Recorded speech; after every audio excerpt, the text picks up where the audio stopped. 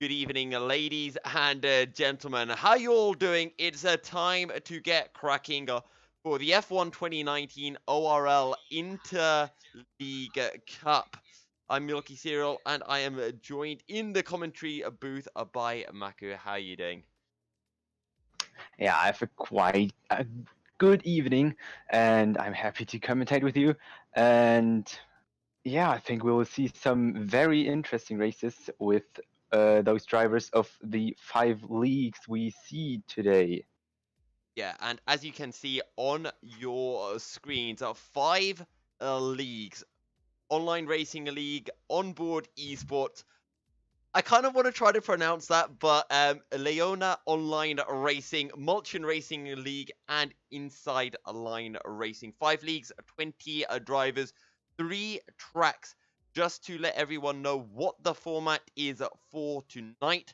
We'll be having a short qualifying going into the Canadian Grand Prix. Everyone will start as normal for a 25% race, and then after Canada, the race the grid positions for Spa-Francorchamps and for the Brazilian Grand Prix will be determined by the reverse championship order.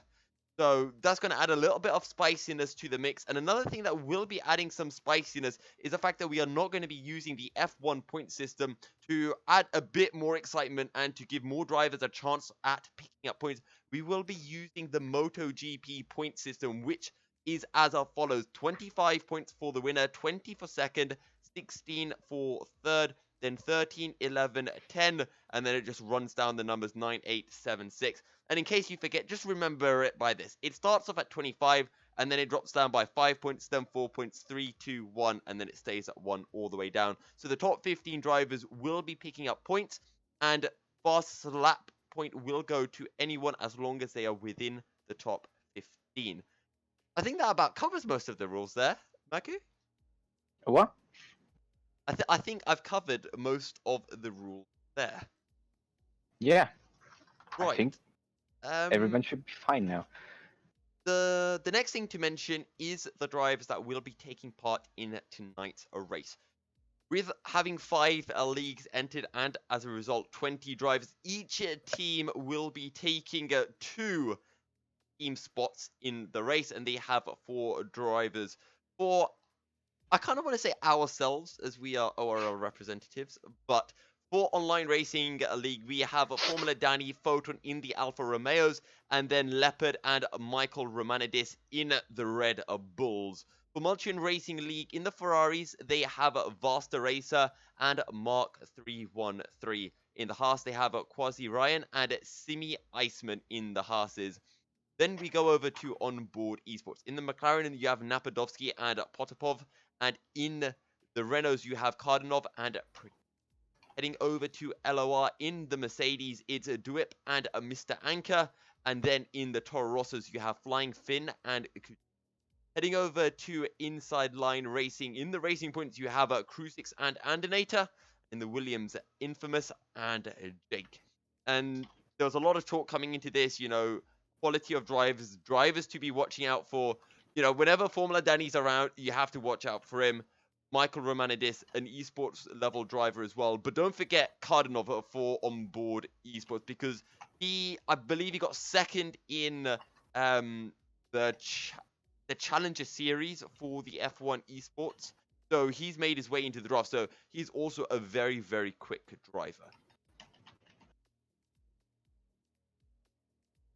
Yeah, yeah. Sorry, go on. So you see now, there are some drivers of our league in the other leagues, and I think we'll be having a lot of fun. But I've not seen so many drivers of the other leagues, except ours, of course, or not. Ours sounds somehow. I think just refer to it as Online Racing League, ORL. All right. Yeah. Yeah. But yeah, you mentioned the fact that we have seen drivers in ORL, and we've had the pleasure of being able to cast for them, and that would be, well, all of the 4 drivers racing for ORL, of course. We've seen Vasterracer, we've seen Mark, we've seen NAPADOVSKIY, KARDANOV at the last couple of races. back in Japan. I believe we've seen do it. MrAnkka, Flying Finn we've seen, and we have seen all of the ILR drivers as well. So it's maybe 4 or 5 drivers that we have not seen racing before. Another thing to mention is LOR. Each team does have a reserve driver, so we might be seeing that driver order switching up somewhat and heading into the first race here at Canada. Duip is being replaced by a Lasse, so keep an eye out for that one as well. But of course, ladies and gentlemen, make sure to let us know who you guys are here to support. You know, which leagues that you have come here from, and who you're going to be expecting to do very well. You can find links to all of the leagues, Twitters and YouTubes, I believe, in the YouTube description. So make sure you hit them all up with a follow. We should be getting underway for the Canadian G very short. As I'm just double checking what's happening. That we should be getting underway shortly. We have 21 of 22 drivers in the lobby, and I know we're supposed to have a full lobby, so one person is missing right now. I'm not sure. I think it's a driver, and I'm very bad at looking through the workout who is missing. I think Leopard's in. So I'm not sure. I guess we'll just wait until we are ready to go. Right, as it looks like we've got actually fans from pretty much most of the leagues, ORL, MRL, LOR, all up there. Okay, so Canada, let's just get into some general chatting about the Canadian Maku, because this is a track where we know corner cutting is prevalent. We do get some great battles heading into the final chicane and into turn 1. So it's not going to be a track where, we're going to struggle to see overtaking, but it is a narrow track, and seeing an incident would not be uncommon here. Yeah, but I think still we will have a lot of fun on that track. Yeah, but as you mentioned, the chicane will be a very interesting point to watch it. But maybe you will get some interesting stuff with the Wall of Champions. You don't know. You always that is in that chicane, of course. But yeah, and then on the rest of the track we have to see and to look out for. And yeah, I think in the 25% races, the strategy is also very important, because the duration of the race is that much shorter, and your decision is that much more important, because if you make a mistake, you have very less time to make that mistake, to make the time you lost up again. Okay. And just as you finished saying that, I thought we had gone up to 22 drivers in the lobby, but no, we're still at 21. All of the tracks were determined by all of the leagues kind of simultaneously, so it was put out to a vote where every league could put forward a track, or 3 tracks, I think it was 3 or 4 tracks that they wanted to race at, and the tracks with the most votes got picked, which was Canada, Spa-Francorchamps, and Brazil, and we decided to do it in chronological order, if you like. There were some other circuits that were up there. Surprisingly, there were a couple of votes for Abu Dhabi, Suzuka, but no votes for the likes of France, Britain, or I think there might have been 1 vote for Austria. But it was quite impressive to see that there was a lot of similarities between the league votes, and I guess it kind of shows that there are definite driver favorite tracks out there. Yeah, but I think those 3 tracks are very interesting tracks for drivers, and I think it's clear to get those. Of course, there are there's everyone. The one guy who likes another track, like some people like Monaco, some people like Austria, as you said. But all in all, you see those three tracks are very liked. And as I see, the short qualifying is slowly starting. Yeah, so as we're getting ready to start qualifying for the first event tonight, don't forget qualifying will determine the grid order heading in the first race, and then thereafter it will be reverse of the championship standings. As I look over to the YouTube chat, Maku, and I realize something slightly disturbing. We've got 44 viewers. Hashtag we are blessed. Had to put that out there. Right, so you can see everyone's team that they're racing for by their tags, but onboard onboard racing have not put theirs up yet, it would seem. So just remember that anyone that doesn't have a tag is from onboard. Just thought for a second. I hate how every time I tab out Maku, even to this day, after a year, more than a year of commentating F1, I still think that maybe if I tab out, it won't pause the game. How wrong I am. So, how long do you have for qualifying? It doesn't want to say, so, okay. It just wants to say that we're on lap 1 of 27. So Yeah, I don't know what the I've had game's something doing. like that. Yeah. But, there we go. Let me just get second page. Who is the first out? Wait, are we? Hang on. I think we're doing. I can't even view drivers for some reason. So. Well, that is. I think there's a bug with the session. Michael Romanidis has left. As there's a yellow flag in sectors 1 and 2. Okay. All right. Good job, Codemasters, as usual. You know, really up to scratch. Let's see. I think one of the Renaults is going out. That looks like it might be KARDANOV. Let's see if he has any better luck than Michael Romanidis. It's not KARDANOV. Oh wait, we can ride on board with someone. It's a miracle here, Maku. Oh, wow. Okay, Formula Daddy is on an outlap, so we should be able to sit on board with him and watch the esports driver put in the first lap of the session. And the qualifying timer has begun. 17 minutes left of the session. Yes, so hopefully the bug is now not occurring anymore. But yeah, Formula Danny, one of the only esports drivers. So Formula Danny is what's a driver.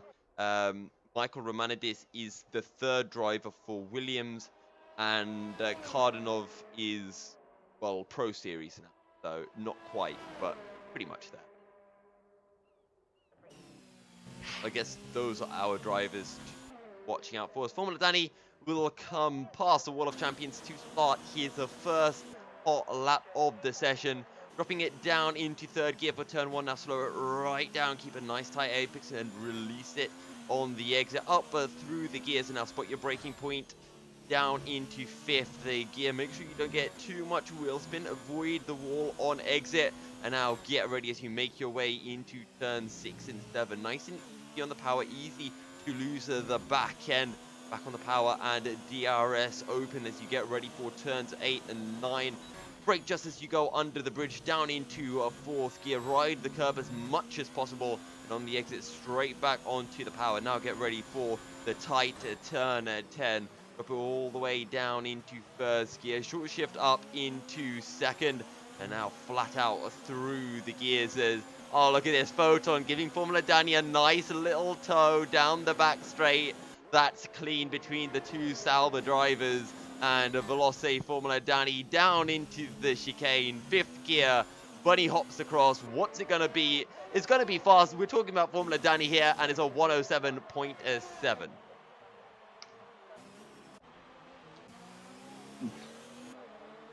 Yeah, so the first time set, we've got a goal to work for the other drivers. And the other thing to kind of remember is Foton's on his hot lap, and he has Danny ahead of him. So Danny is still pushing so that he's in the right position to give that toe on the back straight. As Infamous goes second for inside line racing, with Mark in third for Mulchian. As MrAnkka goes second for LOR. So very evenly spread. You know, we're not seeing one league having two drivers right at the top here.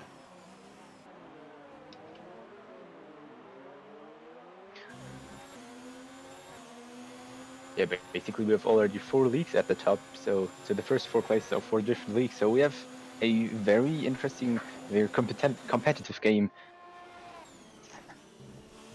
So let's see what Foton can do. He's picked up the slipstream from Danny, and he's going to come across the line. What's it going to be? It's only enough for 5th place. So still top 4 different leagues. Online Racing League leading the way from LOR, then Inside Line Racing, and then Mulchian Racing League. Who can we get on board with for a lap? Let's go on board with NAPADOVSKIY in the McLaren. He's making his way into turn 11 now.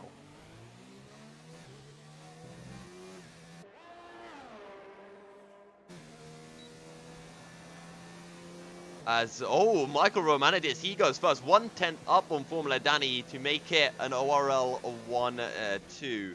As NAPADOVSKIY, he's going to actually dive into the pit. Is on a hot lap. Maybe POTAPOV, he's making his way into turn 11 now as well.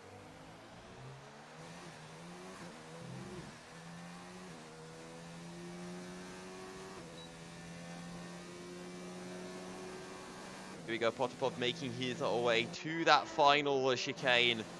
Get ready to spot your braking point. Oh, wait, never mind. He's going into the pit. I hate it when drivers do that, just as I'm getting ready to... Yeah, you're really excited for them to get in the next round, and then bye. And you're like, oh, they're braking in... Well, oh. Okay, I'm pretty sure Henke's on a lap as he runs wide, and he's going to clip the wall on exit. I don't know if he can still push for a hot lap. No, he's dropped his ERS down, so I think that's his lap over and done with. However, a Leopard and a Flying Finn, nope, they're coming into the pits as well. So, you know, the graphic... Okay, never mind. Okay, so who is actually on a lap that we can ride on board with? Okay, Jake. Let's sit on board with Jake then. He's making his way into turns 8 and 9.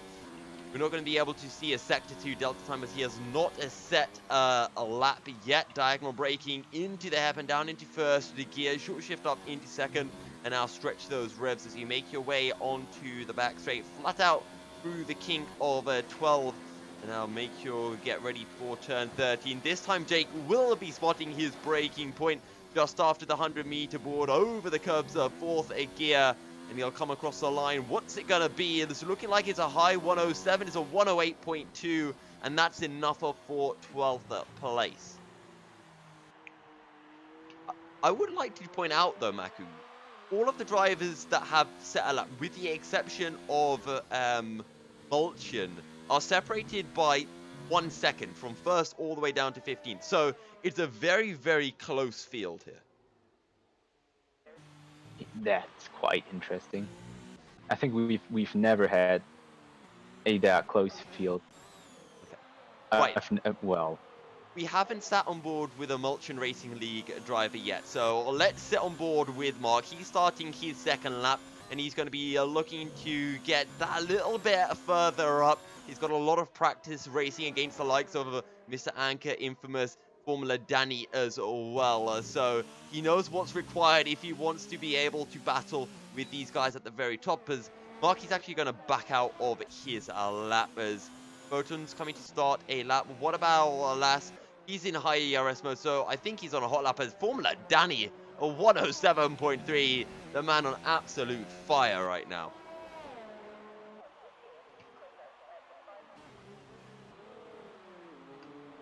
Lasse is on a quicker lap at the moment. I couldn't quite see what the delta time was, but it was definitely green as Lasse makes his way down the back straight towards that final, the deadly chicane of 13. Okay, never mind. He's just diving into pits. These guys, honestly, I swear to God, sometimes. MrAnkka, though, he's on a hot lap. Canadian bunny hop across DRS Open. Fast as you like. What's it going to be? He'll come across the line. It's a 107.4, and that's LOR up into second place. Pardon me? Okay, Mark is now on a hot lap for Mulchian Racing League. He needs to find almost half a second if he even wants to get into the top 3, let alone onto the front row of the grid. He makes his way down the short straight into turns 8 and 9. Ride as much curve as you can on the exit. Bit of a wobble, but it's all looking alright as he's turned down his ERS, so I think he's going to be heading into the pits before getting ready for a final run.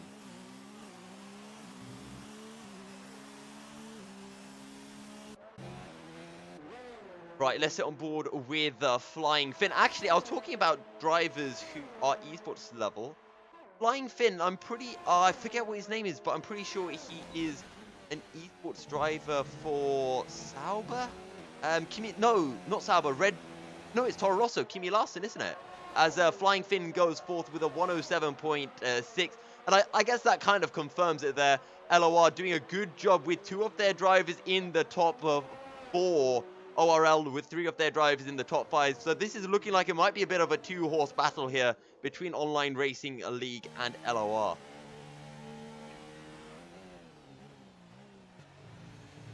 A very good lap from the Flying Finn. As Infamous, he's going to come across the line. What's it going to be? It's a 107.7, and that's enough for 5th place. We're back to having 3 different leagues in the top 5. But Onboard Esports, they're lagging a bit behind. Their fastest driver at the minute is PRYTIN, who is sitting in 3rd, just ahead of KARDANOV.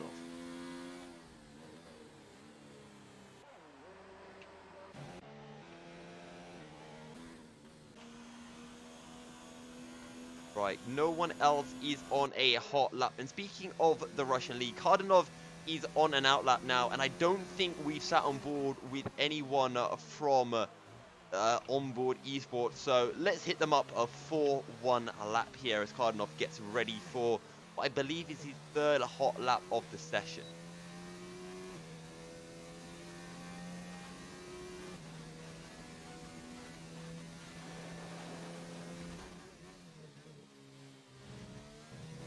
Here we go, KARDANOV through the final corner, takes it nice and slow to get the best possible exit. DRS open and across the line. Oh wait, it's a 108.2. That was actually his hot lap.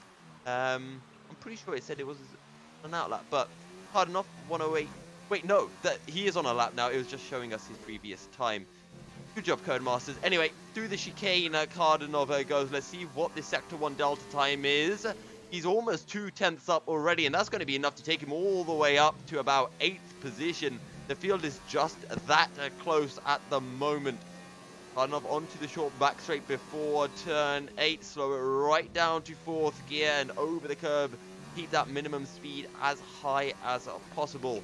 Now get ready for turn 11. Break just after the 100-meter board. He runs a bit wide, but it's fine. You can get away with that line here at Circuit Gilles Villeneuve. Onto the back straight now, and it's just a case of keeping the pedal to the metal and just readying yourself up for the final chicane. How late will he brake? It's about 70 meters over the chicane, Canadian bunny hop style, and up through the gears to complete his lap. It's looking fast. It's a 107.8, and that will be 7th place for Onboard East.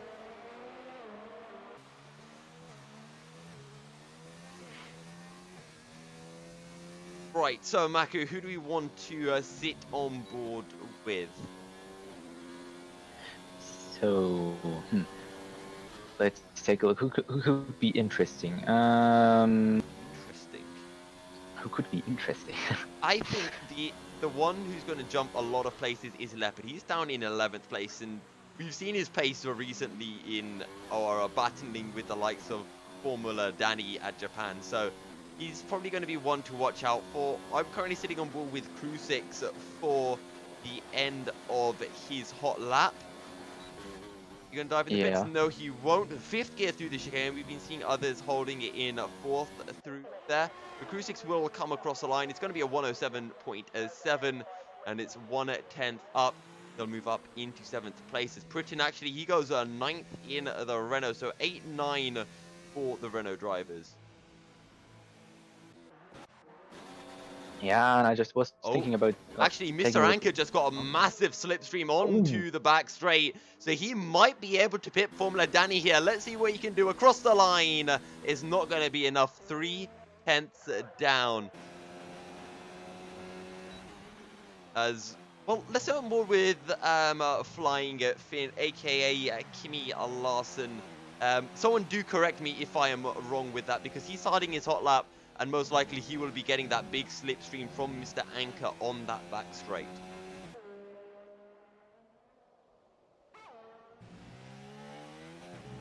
So Flying Finn makes his way through 6 and 7 onto the short straight before 8. Get ready to spot your braking point just as you go under the bridge of 4th gear. Ride the curbs as much as possible. And now get yourself ready to spot your braking into turn 11. Just after the 100-meter board down into 1st gear. Short shift up into 2nd. Now through the gears. Now he has MrAnkka right in front of him. He should pick up a pretty good tow. I didn't get a chance to see what his Sector 2 Delta time was like, but here we go. Flying Finn, nice and light onto the brakes, into the chicane, 5th gear all the way through. What's it going to be? Can he improve? No, he cannot. 108.0 and 3/10 down. His personal best.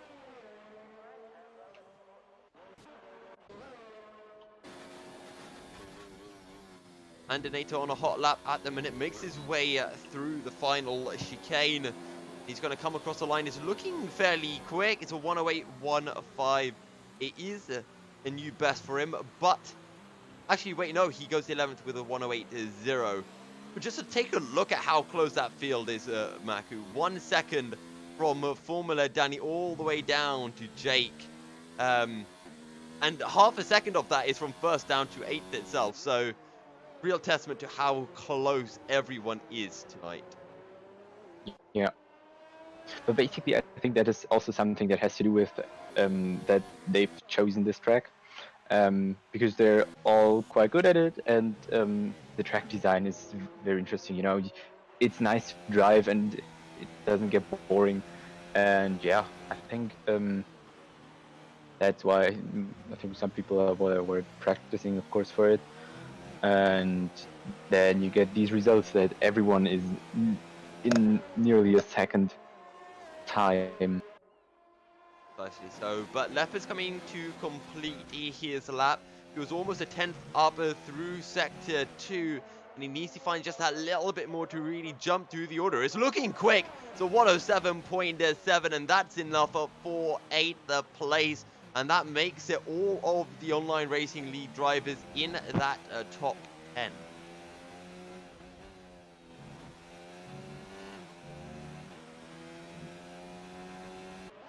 Right, who else is on a hot lap? Infamous. I think he's just started a lap, but I'm not too sure. Let's go down to Mark, because he was doing really well early on. He's a 10th up through Sector 1, as Formula Danny sets a 107.2. This man knows no limits.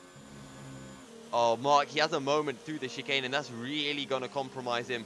Going to back out of his lap, try to save up some ERS for another hot lap, as we ride on board with Lasse, who's 1/10 up through Sector 1, but no, he's backing out of this lap as well.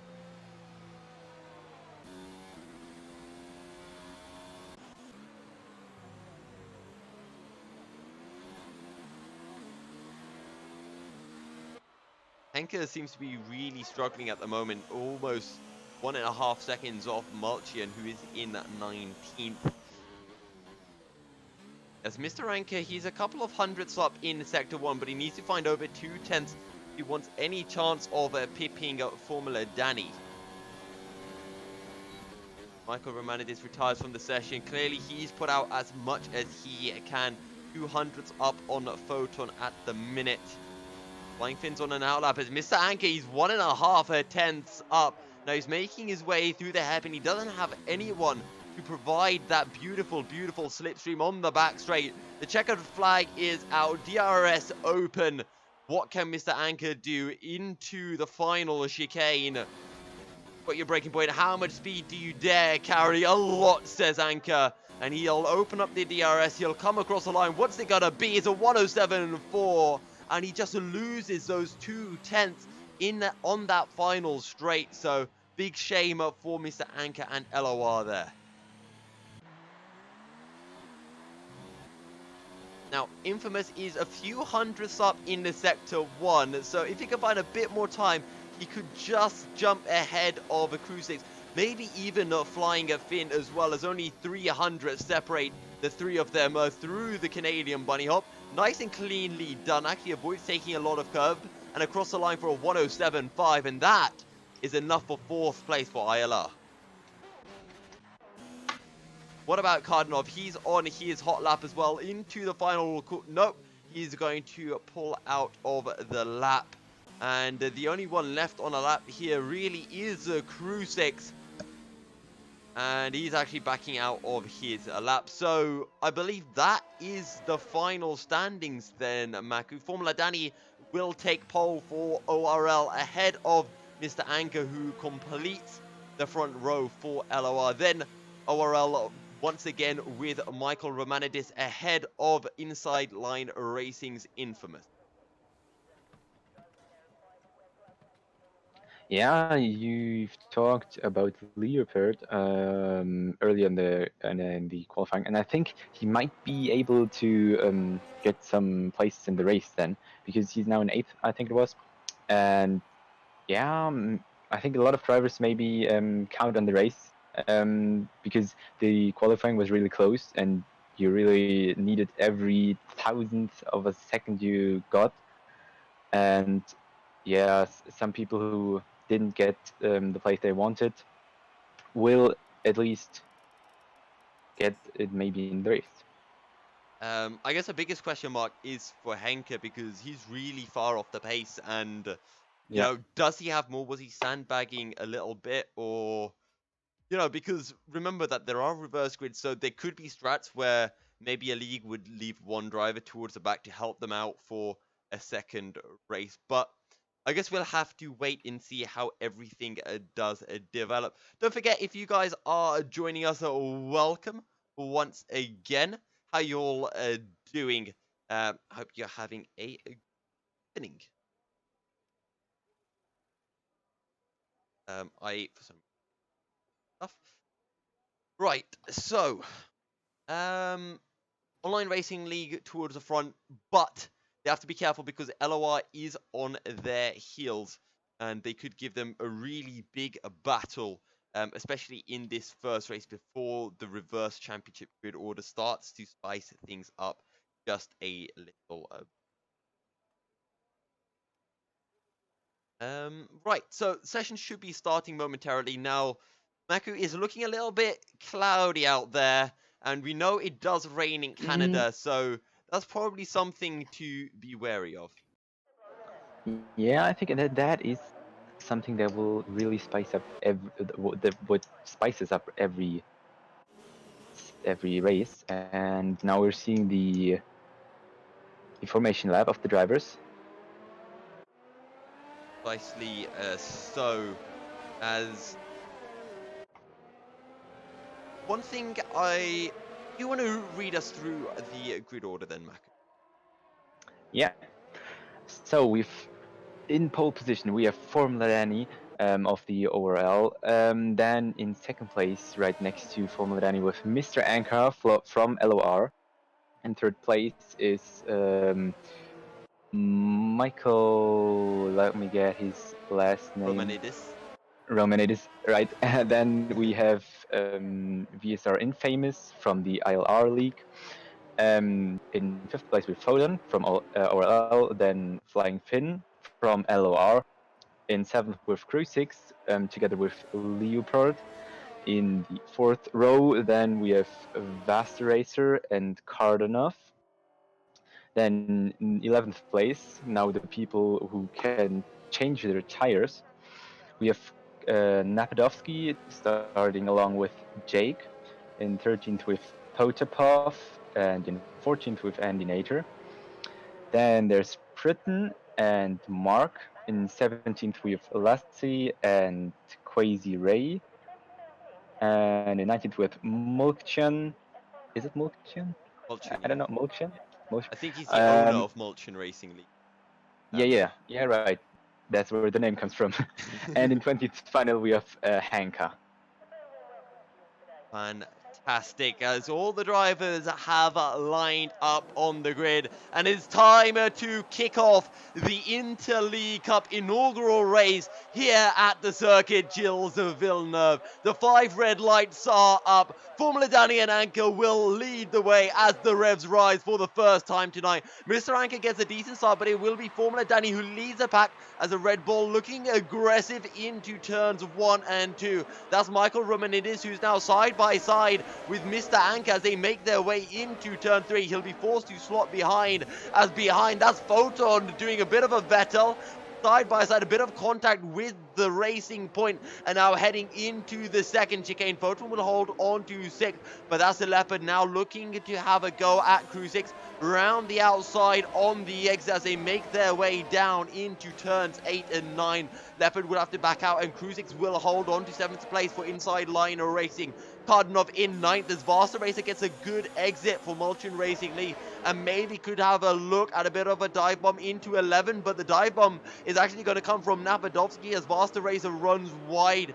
Vasterracer should get the better run, as speaking of good runs, KARDANOV does not get a good run at all, and is 3 side by side, the German league with 2 drivers from the Russian league. Who's going to come out on top? NAPADOVSKIY will come out behind. Vasterracer tries to hold it around the outside, and he ends up cutting through the corner. He'll slot in right behind KARDANOV, and now as we make our way into turn 1 for the second time, NAPADOVSKIY really lay onto the brakes, but he'll back out of the move.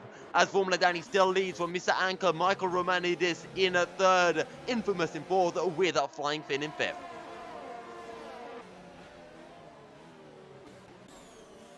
So we've already 3 drivers in pits, Lasse, QuasiRayn and Hanka. I think they've got some damage in this. There was not that much trouble on the track, but a little bit, as you said. Somebody did the battle, but yeah.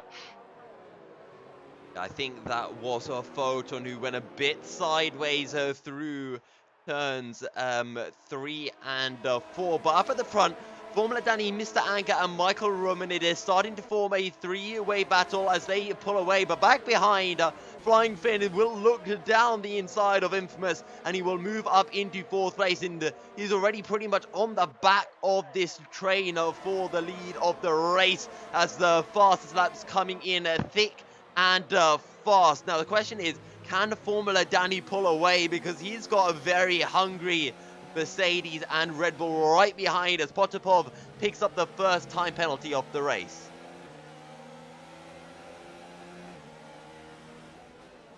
How is it actually with the time penalties? Do we handle them like in the ORL, or do we hope they won't get? I don't know if 5 time penalties would be a disqualification. To be honest, I think if anyone gets 5 time penalties, they're going to be outside of the points anyway. Yeah. Right, I also think there is a rule regarding, hopefully I can get clarification from this from the admins in the YouTube channel, but if someone DNFs, i.e. crashes their car and DNF, they are excluded from the reversal of the grid the next race. I'm not quite sure, but I think it's to stop people intentionally crashing out so they start at the front next race. As someone dives into the pits, that's Infamous very early from these soft tyres. But that does mean he has a big undercut as KARDANOV, he set a new faster lap of the race, and he's on the back of a Leopard as Crusix and Foton going side by side on the exit of turn 2. Alfa Romeo and a Racing Point into 3. Foton around the outside, and he'll hold on to 5th place, and he might have just sent Crusix into the hungry jaws of Leopard, who'll have a little look around the outside, but he's going to compromise his line. And now KARDANOV looking feisty on the exit will get a great run. Leopard will close off the inside, and KARDANOV will have to look for another way through. He slots in behind, heading into turns 8 and 9. Now KARDANOV around the outside as we head into turn 11. Leopard squeezes in, but KARDANOV around the outside. Don't forget, KARDANOV started on fresh soft tires as he was outside of the top 10. I do believe, or it was either him or POTAPOV, I can't remember which. KARDANOV though heading into the chicane around the outside, and he'll make the move work, but he gets a bit sideways, and now Leopard's going to have a shot as Flying Finn and MrAnkka diving into the pits, and then Mercedes teammates, so they're going to be holding each other up as that's contact, and KARDANOV gets sent out wide. He tries to rejoin, but Leopard didn't leave room for KARDANOV to rejoin. He'll hold on to 5th place. NAPADOVSKIY in 6th, Vasterracer in 7th position. Jake's moving up into 8th, but don't forget, Anka and Flying at 5th. They're down to 15th and 16th. Sorry, they're not teammates. It's just they're both very similar colored, Mercedes and Toro Rosso. So they're actually, they won't be held up in those pits at all.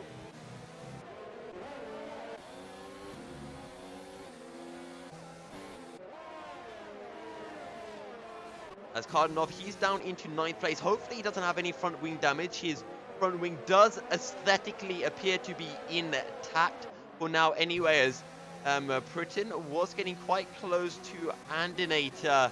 As up ahead, 2 side by side, that's going to be NAPADOVSKIY finding the way past Leopard. Neither of them will dive into the pits, but Vasterracer will. Foton now leads the Grand Prix from NAPADOVSKIY from Leopard, but don't forget, NAPADOVSKIY starting on the medium tires, and when we do these 25% races, all of the leagues are used to doing 50% races, so it's different, and the only time we see 25% races is usually when we look at esports itself, and you see drivers like Yano, Otmir, they start on these medium tires, and it works out so well for them. So don't count NAPADOVSKIY out of this race just yet.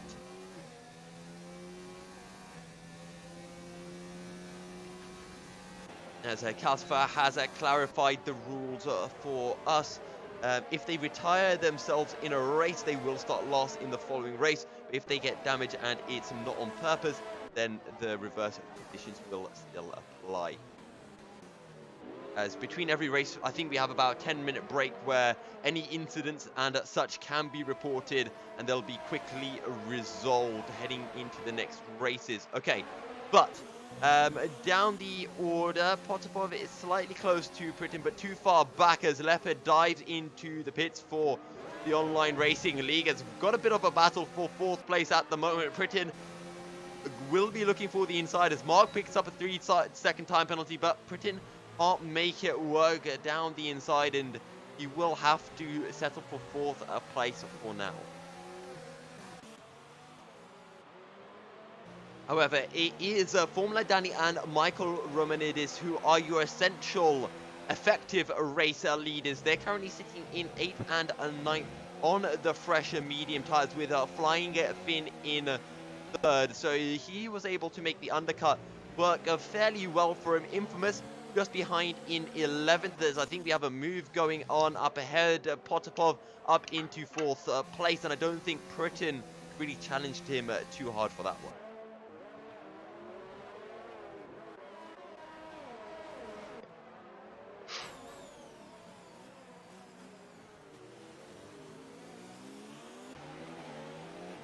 Michael Romanidis is within that DRS range of Formula Danny, and is essentially an ORL 1-2 right now, which is great news for them because it just means that they can keep Flying Finn a little bit at bay, as Mulchian picks up a 3-second time penalty, but he is towards the back of the order. He's actually ahead of Mark, who, he looked so quick at the start of qualifying, so I'm not sure if he had some issues or not.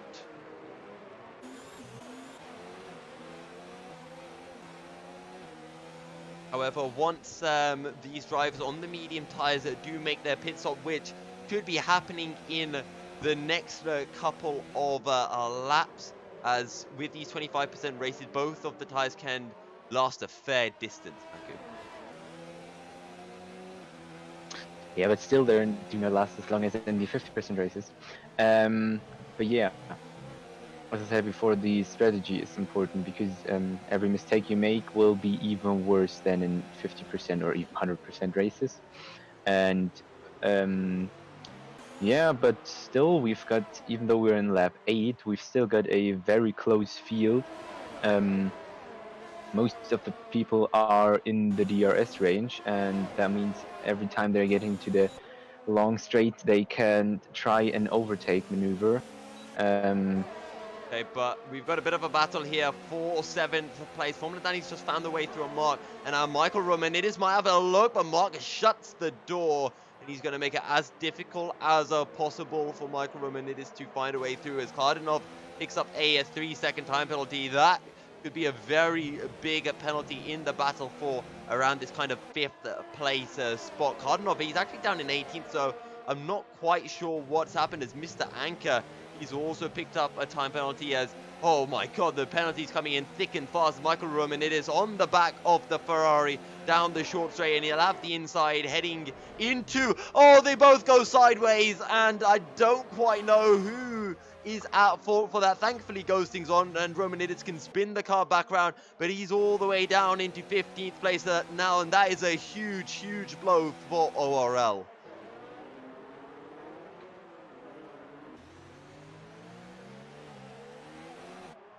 But Mark defending to the absolute max end. It always looked like it'd be ending a little bit sadly, as MrAnkka down the inner. Sorry, that's Mulchian getting past, as Foton moves up into 12th place. Andinator, he's dived into the pits.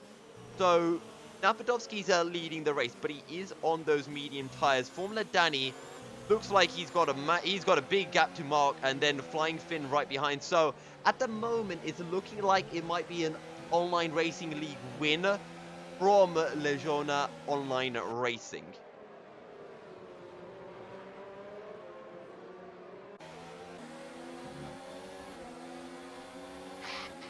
As Flying Finn, he's going to have a look at Mark. This is exactly how it went last time. This time there's no contact, but actually Mark will get shoved wide. He'll be forced to cut through the corner, but he will drop behind of Flying Finn and Infamous as well.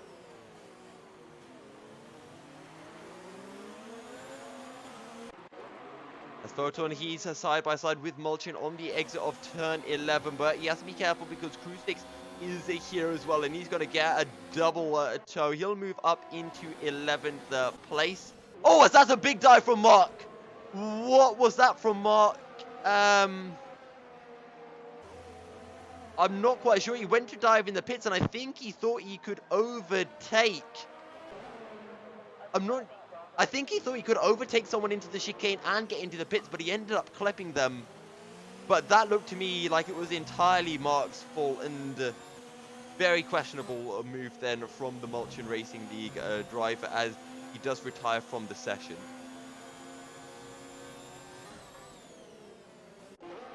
I don't know I don't know if you caught that, Maku. What your thoughts on that are? Yeah, I think it for going into the pits, it was kind of late, I think, because wasn't he on the right side of the straight, and then going to the pits is the most stupid move you can do, actually. So I don't know, maybe he just he wasn't aware of that he had to go to the pit and tried to, but Okay. I don't know why he did that. This is big. Everyone on the medium tyres is in, and that is both McLarens as well. So I'm just going to take a quick look, and oh no, they will be stacking as well. And POTAPOV, look how much time he's losing out from this, as the mechanics take their sweet time to change the tyres. So that's a pretty devastating for the ONE Racing League.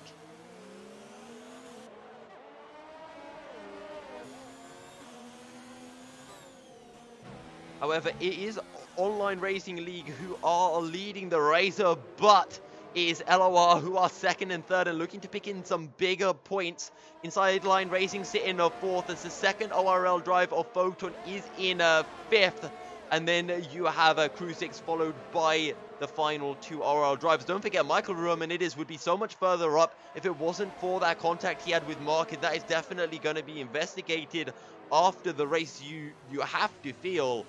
But Formula Danny has a 4-second gap to Flying Finn, who is dragging his LOR teammate MrAnkka along with him. And Infamous is in that DRS range as this chain of cars goes all the way down to Crusix in 6th place, who is doing a fantastic job for Inside Line Racing so far. But Foton right on the back of Infamous, and he can have a look down the inside into turn 1. Infamous will leave him room as PRYTIN picks up a 3-second time penalty as Foton can't quite find the drive on the exit, but they're still side by side. Foton will back out and look to get the better run through the chicane. He's right on the tail of the Williams driver, but he's not going to be able to make anything work. He takes a look for the outside, and Crusix now right on the back of this three-way battle for 4th place.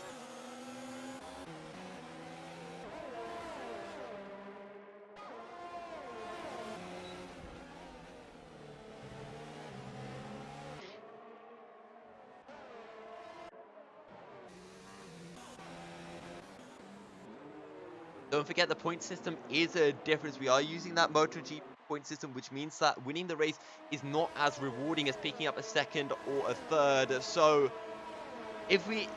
by using this system, it is more down to consistency across a league rather than individual performances. Infamous and Foton almost going side by side into the final chicane as Michael Romanidis picks up a 3-second time penalty. But Foton right here is going to look for the outside, this time into turn 1, and he's going to hold it around the outside, inside for 2.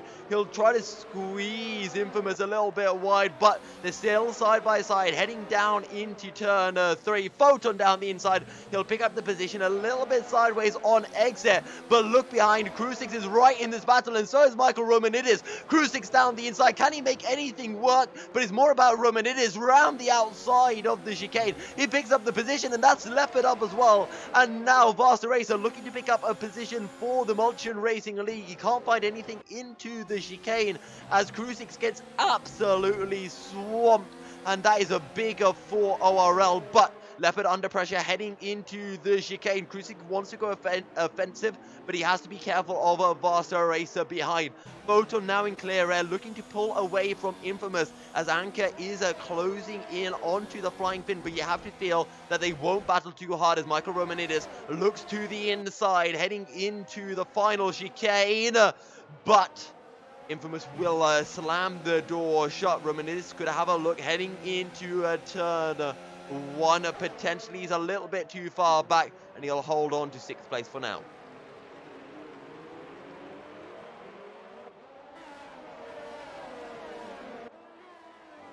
Wow, what a battle we're having here, Maku. Absolutely incredible stuff. Yeah, and especially that we've seen Michael Romanidis, I think, was it before spinning and getting off the track, and now he's 6th again. I mean, that's quite a thing to achieve, and I think even though he's not that far at the front, maybe that can help him next race, because then he will start 14th, for example, if he's staying in 6th place. But yeah, that's actually a really good point. Yeah. And it also means that you've got the likes of POTAPOV and KARDANOV who'll be starting pretty high up for the Belgian Grand-Prix. So they're definitely going to be ones to watch out for as we start lap 16 of 18. And it is Foton who's leading this massive train that goes all the way down to NAPADOVSKIY in 10th, who is on those fresh soft tires. So he really is one to watch out for in this battle, as he could really carve his way through the field.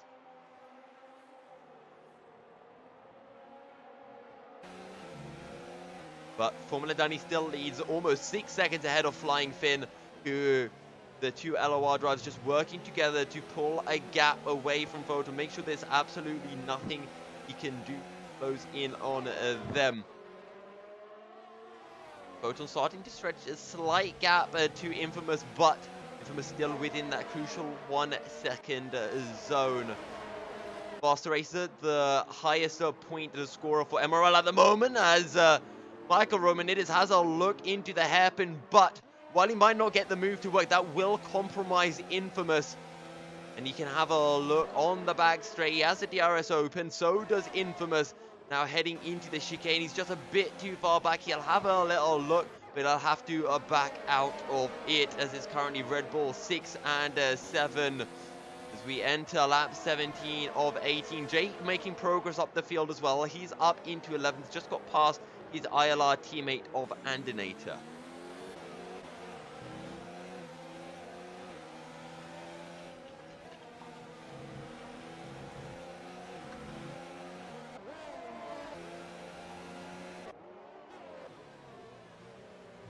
Michael Romanidis right on the tail of Infamous, getting a little bit sideways into the chicane, but he's not going to be able to make anything work. And don't forget now, NAPADOVSKIY as well, really getting onto the back of this. But with only 1.5 laps remaining, you have to feel that it's a little bit too little too late. Vasterracer picks up a 3-second time penalty, and don't forget, these penalties could really alter how the positions will end up, as Michael Romanidis are looking for the same move once again into the hairpin, but he's not going to be able to make it work out, as KARDANOV, he's down into 14th at the minute. Don't forget, the top 15 will be scoring points, as I think MrAnkka and Flying Finn starting to battle for position now that they know they're on the final lap, and there's no real chance of getting pipped for those podium positions.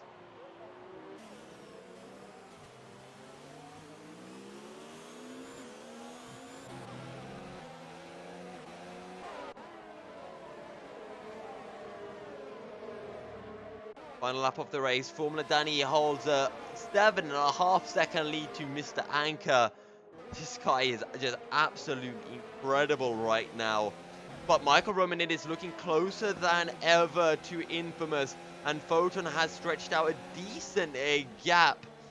And Romanidis potentially have a look into turn 11 this time. We know he's been having a go lap after lap. Is this the time where he really goes for it? It's a little bit too far back. He'll just look to get the better exit this time round. But Formula Danny, he comes round the final corner. He'll take the first win of the night.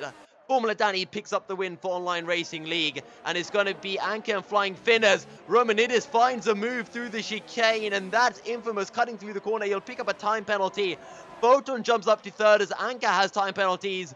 NAPADOVSKIY all the way up into 5th place following penalties. Michael Romanidis in 6th ahead of Leopard. Crusix in 8th. Vasterracer in 9th. And Infamous dropping all the way down to 10th place. PRYTIN is in 11th ahead of Jake as Andinator takes 13th. As KARDANOV and POTAPOV pick up the final points of the race.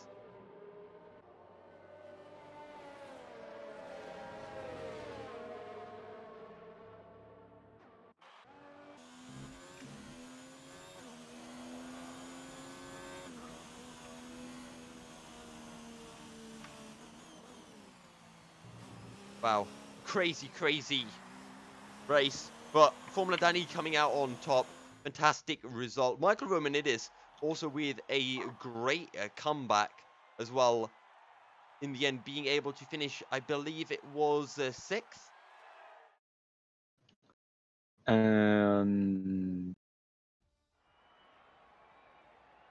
Yeah, it was 6th. Right, so final confirmations then. Formula Danny picks up the win from Flying Finn, Foton, MrAnkka, NAPADOVSKIY, Michael Romanidis, Leopard, Vasterracer. Infamous rounds up the top 10, but the points are rounded up by PRYTIN, Jake, Andinator, KARDANOV, and POTAPOV. As we take a quick look at since, just so that the admins have this for their reference. Any changes? Right, guys, so we're going to be heading into a short break, but we will be right back with the second race of the night at the Belgian Grand Prix. Stay tuned.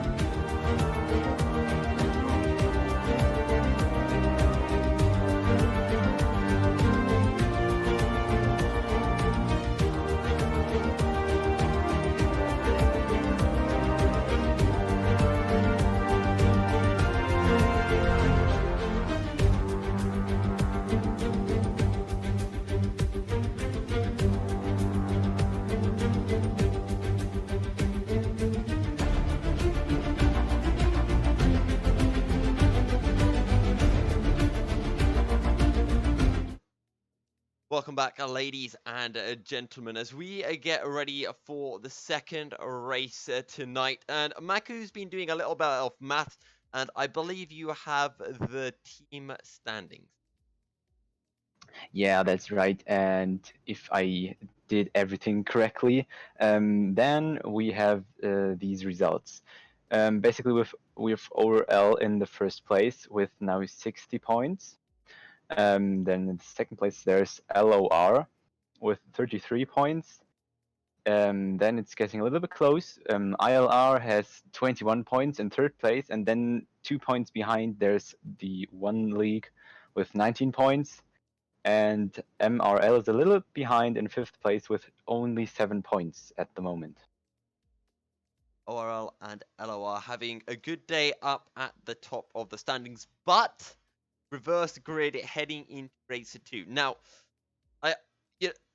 when you've got Formula Danny in the lobby, you can't not talk about him. And we're at Spa-Francorchamps, which is his favorite track, as he likes to remind us.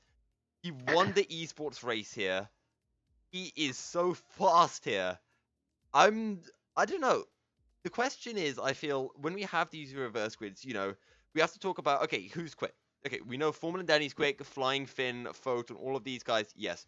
But when we talk about quick, we're talking about Formula Danny and Flying Finn. Those are the two big names, and Michael Romanidis. Michael Romanidis is starting ahead of the other two. Flying Finn is starting second last, with Formula Danny last. But I feel that the big name starting at the front that could throw a chink into this is KARDANOV, and I believe it's Mark, who had bad results in race 1. So they're starting more towards the front end, and we know that they have pace. Yeah, and I especially think that, as you mentioned, Formula Danny has the best possibility to get first place, even though he starts last. I mean, of course, there's also a probability of him getting into any incident, because he has to go through the whole field to get the first position. And, while driving over there, an incident can always happen, even though nobody's the reason for it. And yeah, I think that's a little bit luck, and the rest is just your pace. And, Formula Danny's pace is just that much. I think we've seen it in the ORL league race, that he was like nearly a second or something faster than everybody in the qualifying. Yeah, something though. I mean, to be fair though, Michael Romanidis was right on his tail, and probably would have stayed there if there wasn't that incident. But also, Flying Finn started quite a bit down the order, so it took him time to catch up. Otherwise, maybe he have been there, but we'll never know. I mean, Flying Finn was behind MrAnkka for a bit, then ahead, and Formula Danny was pulling away no matter what. The admins are working hard to work out if any penalties moved, and we will give an update on that when it has been determined. I think a couple of drivers have to restart their piece. They're having some technical issues, and then we should be getting underway for the second race of the night. We've already talked about who we think is going to be right up at the front. There have also been a couple of driver swaps. So, as I accidentally decided that, what's a good idea to do, Milky? Let me close down my Discord where I'm getting all of my admin updates, etc., etc. But okay, so the changes seem to be QuasiRayn is in for Mulchian, and Colis is in for one of the LOR drivers, but I can't remember who. And those are the only two changes. For the LOR drivers. So they're MrAnkka, Flying Finn, and Lasse. One of them has to go, kind of. Yeah. Or wait. So there's only 4 LOR drivers in it. Yeah, they have only 4. We're waiting for, I believe it's Infamous to the lobby, and he should be back in any second now, and we should be underway. Let's just talk then a little bit about a little bit about the Belgian Grand Prix, because very fast track. It's got some technical aspects to it, especially in Sector 2, but it's got some really big overtaking hotspots. You know, end of the Kemmel Straight, turn Yeah. one's possible, and of course into that final chicane, and then you know pretty much every other corner you can find some way to make an overtaking work as well.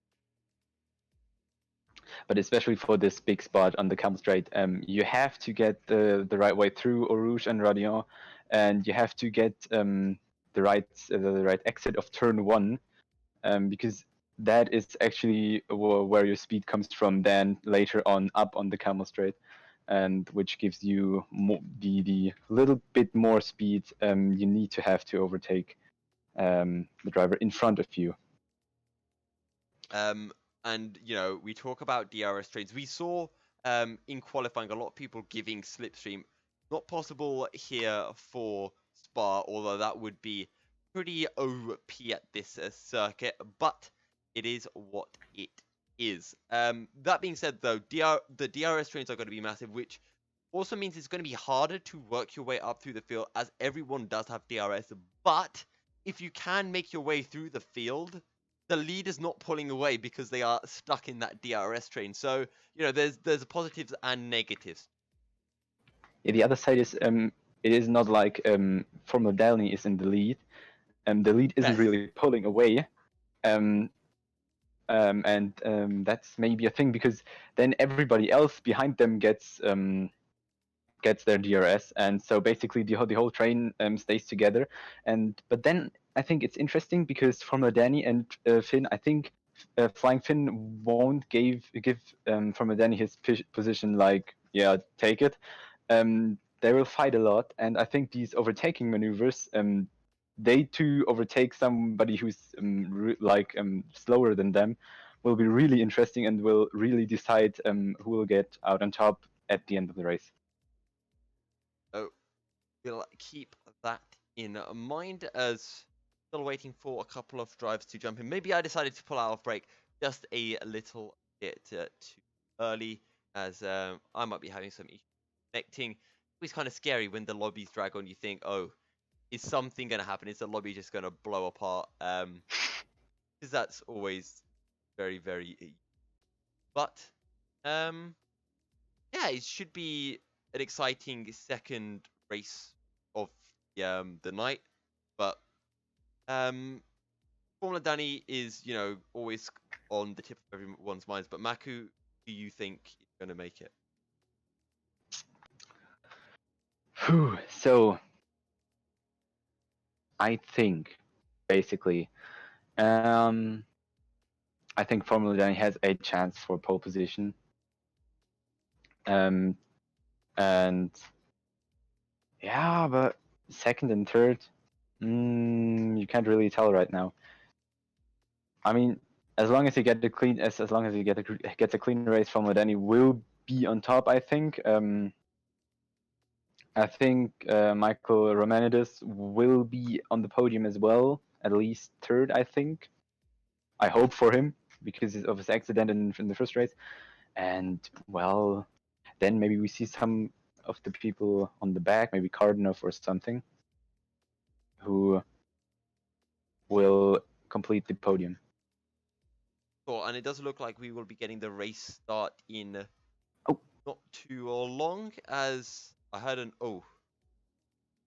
No, because the race start. Okay, yeah. So the race should be starting momentarily, and hopefully we can get underway. As yeah, it just seems that technical issues are still persisting, so they might be forced to use their sub driver. I do believe it's one of the ILR drivers, but I will await confirmation before saying 100. But yeah, the admins are just editing the grid to make sure it's the right order, and Foton has readied up, which means we can get going. Also, yeah. I mean, considering there's only 21 or 22, you know, that technically means that I should be able to invite you back into the lobby here, Maku. If there are only 19 drivers in there, then yeah, but I think there's somebody missing. But Normally they should. Yeah, there it is. Simi is rejoining.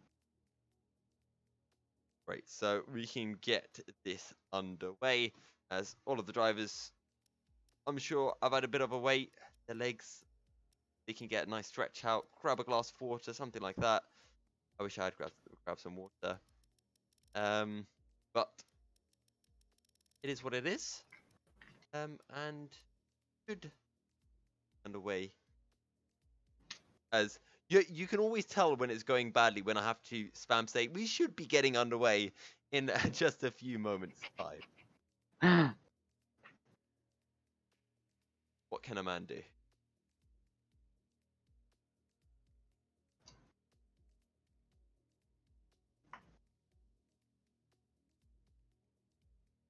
Right, I think Foton's readied up, so Yeah, no, now yes. there are 20 drivers. Now the lobby's full. Now everyone should be alright. Everything. Great, okay. So it looks like we are ready to go, and the ready up buttons have been started. So we'll be getting underway for round 2 of the night. Sadly, we don't have the updated championship standings to show you. We can just only inform you. And Maku, would you like to remind everyone of how the league structures stands? Yeah, I can tell them again. So basically, we have ORL in the lead with 60 points, followed by LOR in second place with 33 points. ILR is in third with 21 points, and very close behind is the one league with 19 points. And last but not least, we have the MRL with, at the moment, only 7 points. But of course, with 2 rounds remaining and reversed championship standings, everything could massively change. Big gap at the top for ORL, but of course, that reverse standings could play into LOR's favor, or maybe even see ILR or ONE pick up some big points. Don't forget, you can find out more about each of the leagues. Maybe if you want to drive or know someone quick that does want to drive in a league, you can find the Twitter and the YouTube channels for all of the different leagues in the YouTube description. I don't know, above, below, under the video. So make sure to hit them up with a follow and go check out their videos as well. They're all fantastic, fantastic racing leagues, as we're seeing by the very close racing night. But Maku, finally, it almost feels as long as that wait we had Yeah. back at Japan for the race. All the drivers are on the All right. grid, just getting their setups ready, etc., etc. I guess another big thing here for round 2 compared to round 1 is round 1 we saw everyone below the top 10 having a free choice of tires. For round 2, everyone has a free tire choice, which makes it even harder to work your way up from the back of the grid. Yeah, of course, but this time the less good drivers are the better drivers are at the back of the grid. So basically, it's kind of fair for everyone. Yeah, of course. But let's just see how this all pans out. Spa, turn 1, it's a bit of a cluster, and then going through Eau Rouge, people will be side by side. God only knows what will happen going through that, coming out of the top through Radion. And then you've got the Kemmel Straight where, if you're in second, you want to be in second over first. We saw Formula Danny pull off an amazing move on the final lap. He essentially let the guy, this was in the esports race, he let the guy in second through just so he could get the run on the straight. As it turned out, the guy in second knew what Danny was doing, so he really backed off, and they both slowed right down to about 20 miles an hour into turn 1 because neither of them wanted to be first onto that straight. So it was quite impressive, and we might be seeing some similar shenanigans as we do begin the race. Maku, would you like to run everyone through the grid order? Yeah, of course I can do it. So basically, we have now a Colis on first place on pole position for the race start in Belgium because he was the last race. Then in second place, next race we have QuasiRayn In third place, we have Semi Iceman. In fourth place, we have Lasse. In fifth, with POTAPOV, side by side with KARDANOV, his team colleague, I think, if the colors are right. I don't know, but they're from the same league. Mate. Or league mate. And That's a new term we league mate, right? league mates, yeah. In seventh, with Andinator, also along Jake, a league. In ninth place, with alongside with Infamous in 10th. Then we have Vasterracer and Crusix in 11th and 12th. Leopard and Mike, also league mates and I think teammates in 13th and 14th.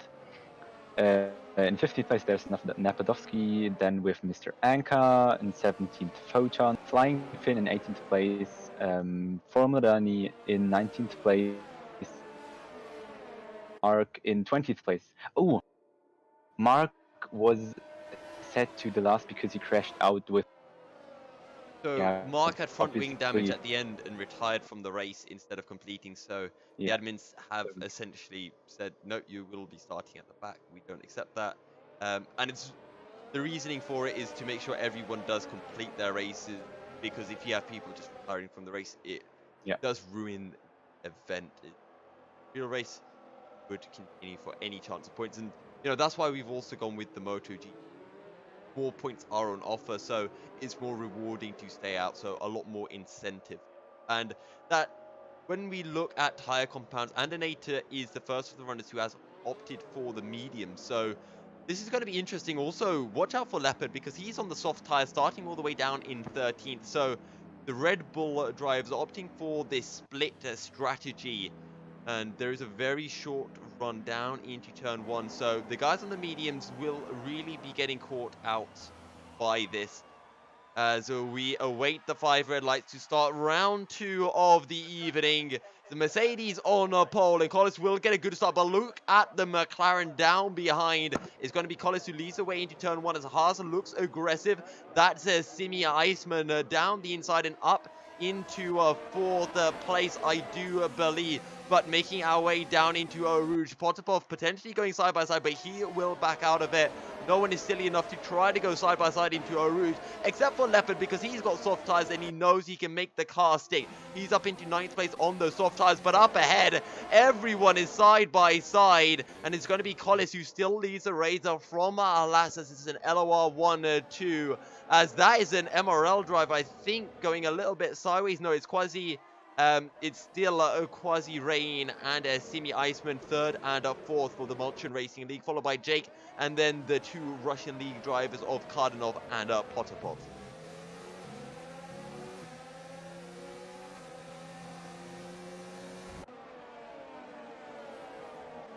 Leopard, though, he is a 10th down on Andinator, and he's right on this hunt. This is exactly what he wanted to be able to do. He picked the soft tires for a reason, and they are working out so far, but he needs to make quick work of everyone up ahead if he wants this strategy to be able to work out, as everyone's getting really bunched up as they make their way into Campus and Stavolo. And up ahead, KARDANOV gets a really good run. He's going to get the drive on everyone, up from 6th all the way up into 4th place. But you have to be careful, because it's side by side into Mulchian, and this can end badly. They'll hold it, as that's a Racing Point running really wide. They'll slot right back into the slipstream of the McLaren, as into the bus stop chicane they go for the first time. It's Colis who leads from Lasse, Simi Iceman, then KARDANOV, Jake in 5th ahead of POTAPOV, as QuasiRayn needs to drop all the way down the order into 18th place. I'm not quite sure what happened there, as Andinator, he's side by side with Leopard, as Leopard picks up yet another position, and he's now ahead of all of those medium tire runners. But look at KARDANOV, he's got a really good run over Radion, and now he's going to have a go down the Camel Straight. Sorry for cutting you off there, Maku, but that's KARDANOV, who should be able to make his way up into 3rd place, but there's going to be a little bit of contact. Simi Iceman trying his best to defend the position, and will do a good job of it, as Colis and Lasse pulling away. Simi Iceman covers the inside down into the long, tight right hand as we make our way down the hill on lap 2 of 11. Yeah, so basically what I wanted to say was that already 13th place, while Formel Dan is still in 17th. So they're making their way up, and it's lap 2. Oh, KARDANOV's having a go around the outside of Vanyes. He's not going to be able to make it work potentially into campus. He can have a look as Jake runs wide, and that's KARDANOV up into 4th place. But can Jake potentially get a decent run? Oh, as that's the Racing Point who clips the wall on the exit of Stavolo. I think he's kept his car in shape though, as the Leopard is up into 7th place and he's right on the tail of POTAPOV, leading the charge for ORL. He'll have a look down the inside. He goes into the bus stop chicane, and that's another place for the Red Bull, but it's not done just yet as POTAPOV holds it on the inside for the final corner. Leopard will get the better drive, as that was an Alfa Romeo diving into the pits, and that's a Foton. Lap 1 into the pits from the medium tires. So let's see what the strategies are looking like as POTAPOV picks up the position on Infamous, I do believe.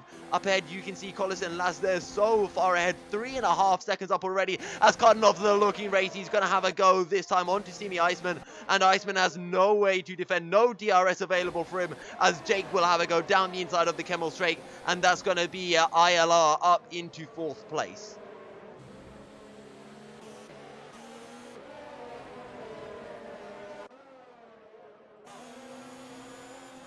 Colis leads from Lasse, KARDANOV in 3rd, Jake in 4th, Simi Iceman 5th, but Leopard making good gains through the order. He's up into 6th with POTAPOV in 7th and Infamous in 8th. He's leading those medium tire runners, and he was one of the quickest drivers back at Canada, but remember, because of penalties, he fell really far down the order, so starting much higher up than he otherwise would have. Now, Foton, he's had to pit onto soft tires, so I'm not sure if he had front wing damage, but because this is a 25% race, it might be possible to make those soft tires last 8 laps.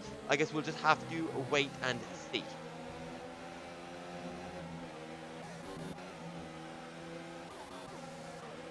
But look at Leopard, he's right on the tail of Simi Iceman. He'll have a look around the outside as we make our way into Blanchimont. Easier to hold it around the outside than the inside there. And that will be Leopard up into 5th place as we get ready to start lap 4 of 11. And that's going to be Simi Iceman, the first of the soft runners to dive into the pits, as KARDANOV says a new fast lap as he looks to hunt in the LOR drivers of Colis and Lasse.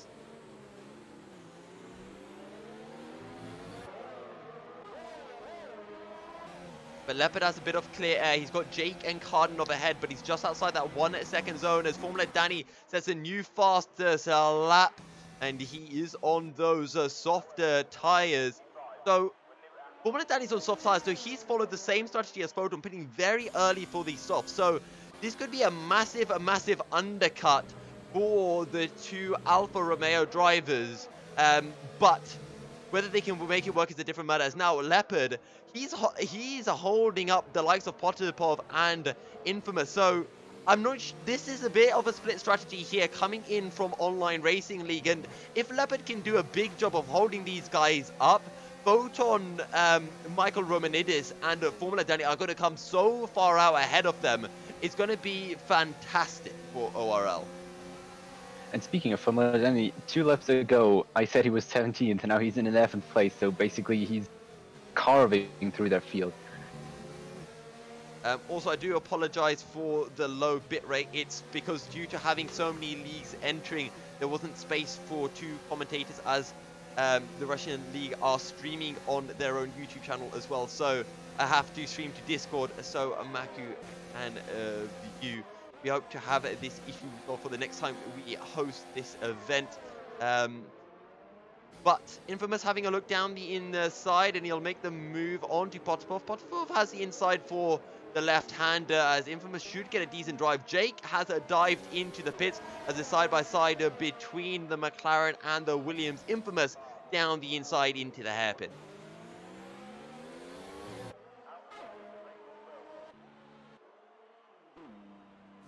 Right, now Formula Danny, he is now up into 8th place, and that is going to be big. He's come out so far ahead of the likes of Jake, so when, you know, Colis, Lasse, KARDANOV pit, he's going to be right in the thick of that battle. But as I remember, when Formula One started on mediums, so Yes. basically he changed now to soft. Those won't get it to the end, or?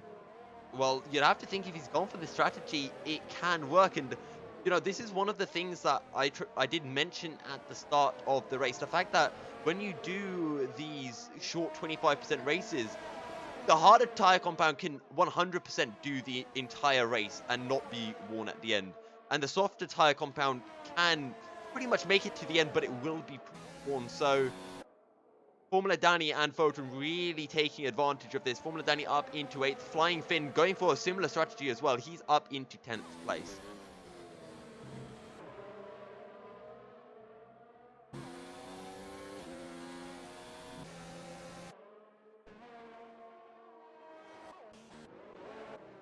However, Vasterracer, he's been overtaken by Flying Finn, I do believe, as they're closing in onto Jake, who has those fresh medium tires. So this is going to be a proper show of how those fresh mediums will do against slightly more worn soft tires. As up ahead, that's a Leopard who's diving into the pits, and he's going to be followed in by Crusix.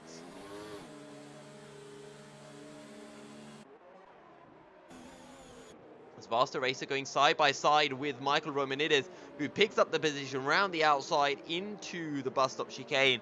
Vasterracer picks up a 3-second time penalty in the process as well.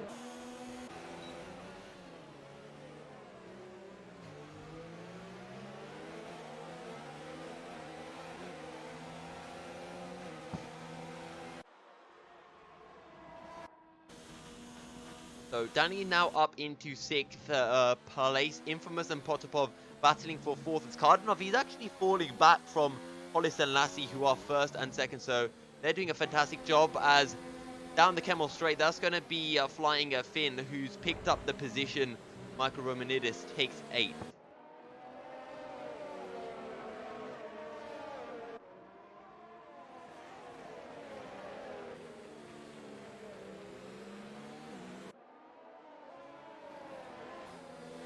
As Jake going side by side with Vasterracer into No Name, and Vasterracer will pick up the position as Jake drops all the way down to 10th place now.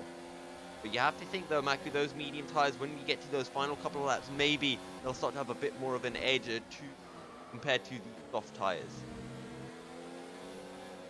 Yeah, that's quite possible. But though, did Infamous stop already, or is this his starting tire? I don't know, but that's going to be Colis into the pits. Colis into the pits, and KARDANOV will follow suit. So will POTAPOV and Infamous. Then here comes Danny into the final chicane. So the question is, where does he come out relative to all of the guys? You can see they're making their way out of the pits now in the corner of your shot. So Formula Danny's got to come out right behind Colis, but he's on more worn soft tires. And there you go. Colis will come out. Formula Danny with the run. Can he actually find the position? No, he'll back up, but he will get DRS coming out of Bradion. And yeah, we can see Formula Danny right on the tail. So the question is, how well will these worn soft tires perform? Formula Danny up into 2nd place. That was a clearly tactical decision to... Actually, Michael Romanidis and Flying Finn batting for position, and that's going to be Michael Romanidis up into 4th place. Don't forget, Lasse still does have to pit, so... I mean, this is effectively 4th position, but if you exclude Colis and Lasse, this is P2, so it's going to be a 1, 2, or 4 ORL at the minute, which is, you know, a big job from them. But Colis stopped, so basically, if he keeps driving like that, he could secure the 2nd place for LOR. Without a doubt. 100% though, LOR, 3 drivers in the top 5. This is big points for them. And we talked about how this championship is looking like a battle between ORL and LOR. And as things stand, LOR are going to be picking up more points than ORL. MrAnkka is really far down the order, so he's just struggled a bit more than everyone else. As Foton looking to make work of the drivers ahead. He's got Leopard just ahead, who is on those medium tires, and this train goes all the way up to Jake in 6th place. Leopard, he has a go around the outside of Andinator into the bus stop. He'll have the inside for the left-hander side by side on the exit. Who gets the better traction? They're practically glued together. Leopard will be on the outside heading into turn 1. And actually, this is going to be the Alfa Romeo. Foton getting a really good exit as both Andinator and Leopard run wider through La Source. Leopard side by side with his teammate Foton. Surely he's going to yield the position.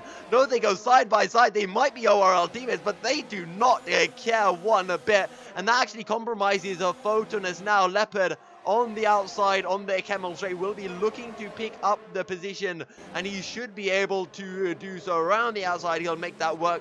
Andinator picks up the position on Foton, and Foton getting forced out wide through the chicane as Infamous gets a great run. He'll get forced onto the grass by Foton, but he'll stick it down the inside, and that's going to be Infamous up into 11th place, maybe 10th as well, as I don't think Andinator is going to provide too much of a fight on his ILR teammate, and indeed he will not. But look at Foton on the grass as we're entering into P1 side by side with the inside line racing driver, and Foton down to 13th place with a POTAPOV right on his tail. But exactly that is what the event is for. The drivers of the different leagues just shall have fun together while driving for the points, winning for their team.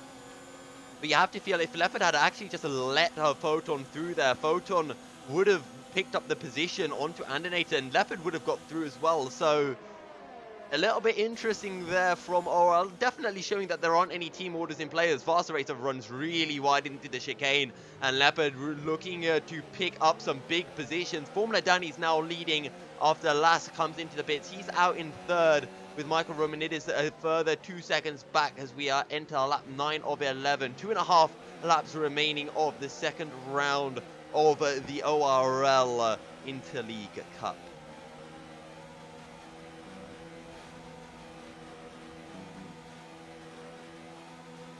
Leopard, though, should be able to pick up some big points for ORL, who only have 2 drivers in the top 5 at the minute, whereas LOR have 3.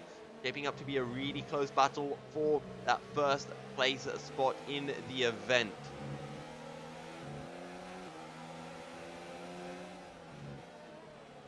As Jake have the best of lines into the downhill right-hander.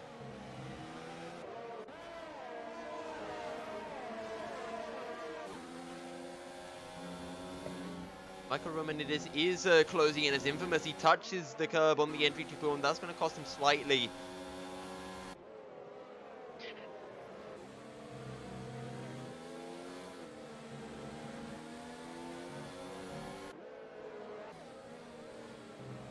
That's right on the tail of Andinator, but Formula Danny, with looking to pick up 2 wins in a row, is on absolute fire right now.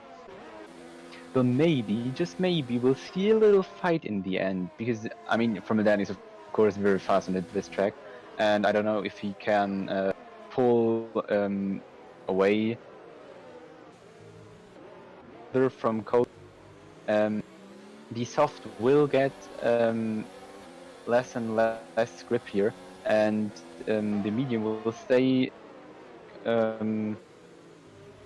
good to drive until the end of the race, and maybe Formula Danny gets some problems, but I don't think so right now. We're in the lap 10.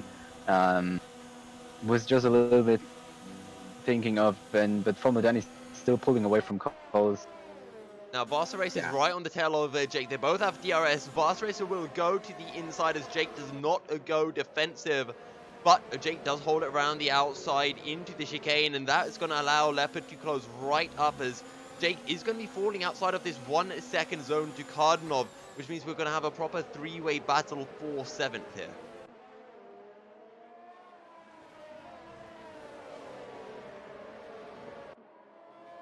They make their way through No Name down into P1. Jake 9/10 down on KARDANOV as he runs wide into P1. He picks up a 3-second time penalty as well. I think there's only been about 3 or 4 time penalties, not as much as we saw back at Canada. As Foton, he's struggling. He's down in 12th at the minute. Not sure if he can find a way through onto Andinator or Infamous here.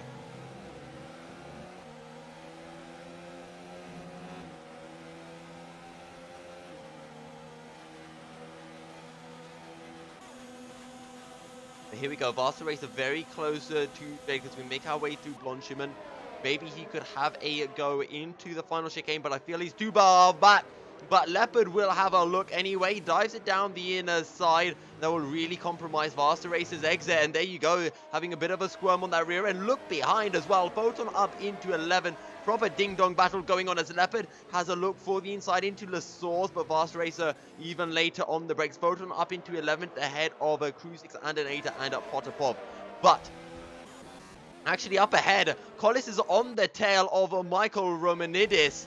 And they're side by side heading down the back straight. Michael Romanidis will dart back into the slipstream, but Colis will pick up the position on the final lap of the races. Back behind, Vasterracer picks up the position on Jake, but Jake makes contact. That's going to compromise him. Leopard's cutting through the course. He will yield the position onto Jake. Infamous has a go, but oh, there's a bit of contact as Leopard goes sideways and touches Infamous, and now Foton will pick up the position as well. I don't think there was any malice involved there, but there was just contact on the exit, and that sent Leopard a bit sideways, which threw Infamous into the wall.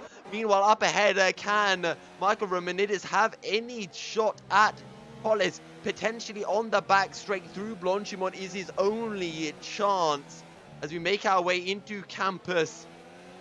Romanidis needs to get the best of exit. He's in mode 5 ERS. Colis is in mode 4. They have enough ERS to go flat out all the way to the end.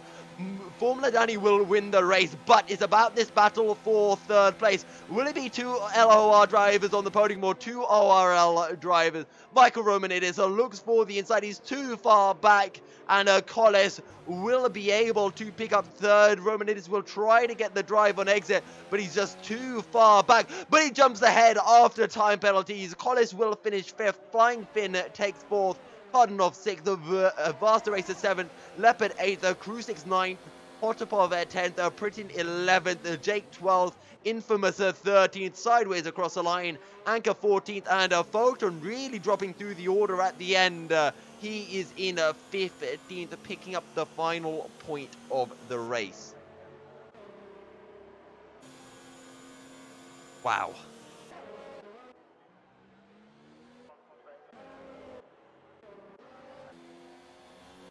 So we'll have to take a look because Foton was, I mean, I would have expected him to finish about 12th, but he's finished outside of the points after whatever time penalties has come through as Mark picks up the fast lap of the race. He's had more issues this race at the back, but he will be starting right at the front for the next race, as I think he is pretty much dead last in the championship. Yeah, he is. I think he was last time in Canada. Yeah, he crashed out in Canada. Look at the fastest lap comparisons. Formula Danny, oh my god. 2/10 up on Michael Romanidis. To be fair, Lasse did a good job, but the two online racing lead drivers on fine form. That being said, I think it's quite even in terms of the points that ORL and LOR have picked up. As I need to go onto the race director to go all the distance for admin purposes. Oh, actually, not that many this time. So yeah, that's good. Final confirmation then. Formula Danny wins ahead of Lasse. Michael Romanidis third. Flying Finn fourth ahead of Colis and KARDANOV. Vasterracer picks up 7th ahead of Leopard. Crusix takes 9th as POTAPOV rounds out the top 10. PRYTIN takes 11th ahead of Jake as Infamous takes 13th ahead of Anchor, Andinator, and Foton with a 5-second time penalty, presumably for speeding into the pit lane, drops all the way down to 16th place. With that said and done, we're going to be heading into a short break, and we'll be right back with the third and final race of the night at Brazil. Stay tuned.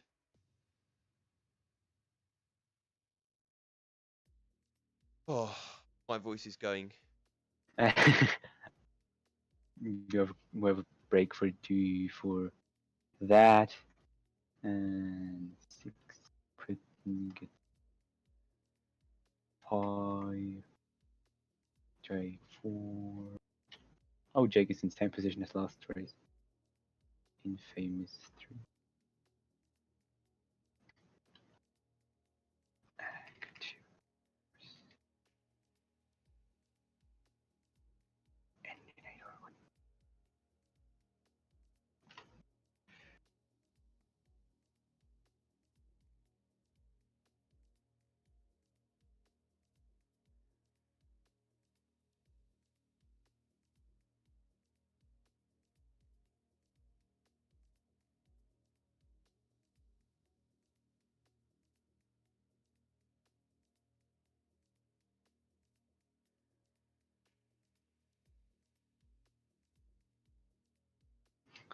I'm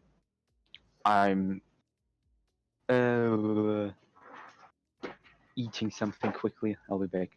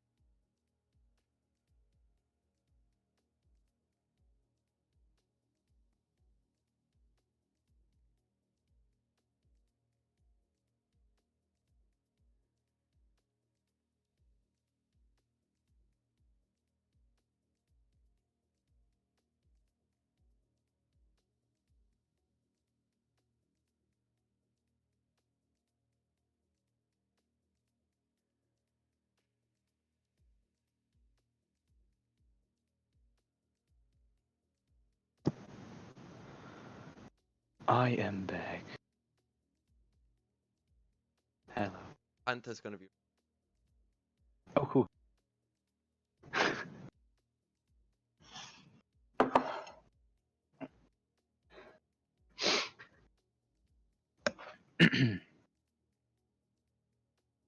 So. Oh wait, there's short quali again. Yeah, Oh. that's what is in the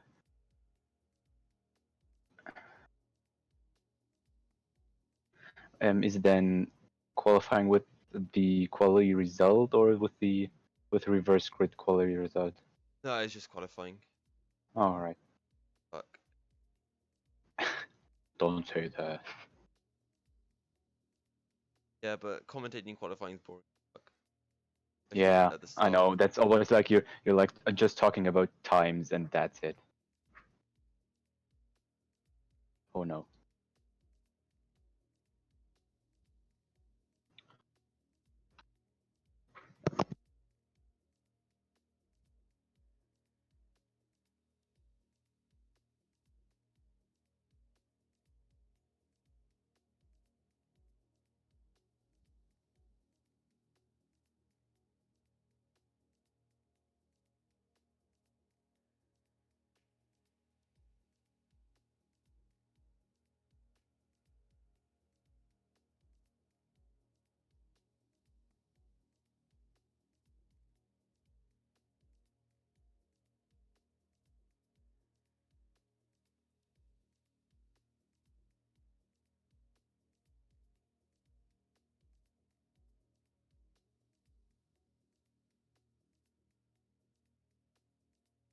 Okay, looks like the drivers are readying up. Right, you ready to go back? Yes. Wait, What? I'm live. Oh well. I thought I put myself onto starting, but okay. Welcome back, ladies and gentlemen. Never mind. I'm inting on production, Maku. What do you stand for? Yeah, yeah. I'm sure I went. I'm sure I went to stream. Ah, okay. No, I clicked the wrong one. I forgot my mic and head. See, there I was flaming all the drivers, thinking I was off air, but actually I was live. Now everyone gets to hear my real thoughts. But yeah, we should be live in a few moments. I don't know, Maku, if you had a chance go over the championship standings. Yeah, I did. Lovely. How are they looking? We have ORL in first, so with 109 points. Then LOR with 79, one with 40, ILR with 36, and MRL with 16. ILR have 36. 36. Okay, so battle for first then between ORL and LOR with just 30 points separating them, but you have to feel that I think ORL have this in the bag with the third race going back to qualifying. ONE, i.e. onboard esports, they're only 4 points ahead of ILR, so that's a big battle there. But I guess MRL aren't out of the hunt yet either, so still a fair bit to play for heading the final race championship. And one good was a place better than ILR. Previously, IR was in third place, and now one is. Also, don't forget you can find out more about all of the leagues in the YouTube description. You'll find the Twitter links for every league and the YouTube channel as well. With the exception of ONE, who don't have a Twitter link, they have, I believe, the equivalent of like a Russian Facebook. Make sure to hit them all up there. They're all fantastic leagues, as you can see from, what has been some very close and exciting racing so far tonight. Sure, there've been a few incidents, but I think overall it's been a pleasure to watch.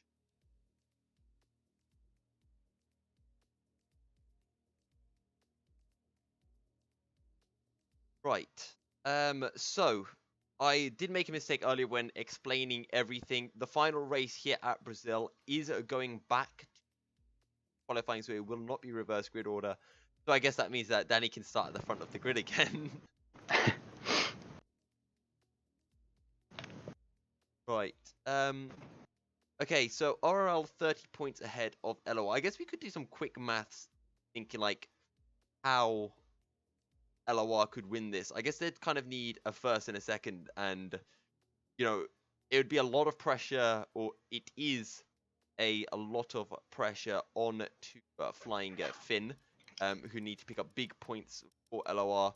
Who else would need to pick up big points? MrAnkka as well. He didn't have the best of results at Spa.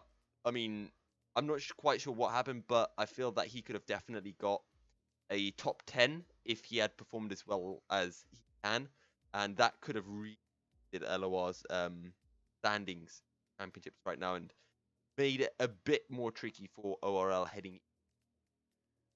Yeah. So basically, they need a 1-2, then a bit, then ORL would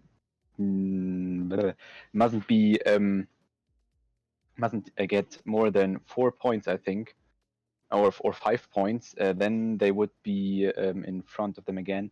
Or I think if they got a 2, 3, 4 or something, then they might be ahead 2. But yeah, I think ORL is that far away that, especially if you're watching at Formula Danny, who I think will be on pole and who will win the race.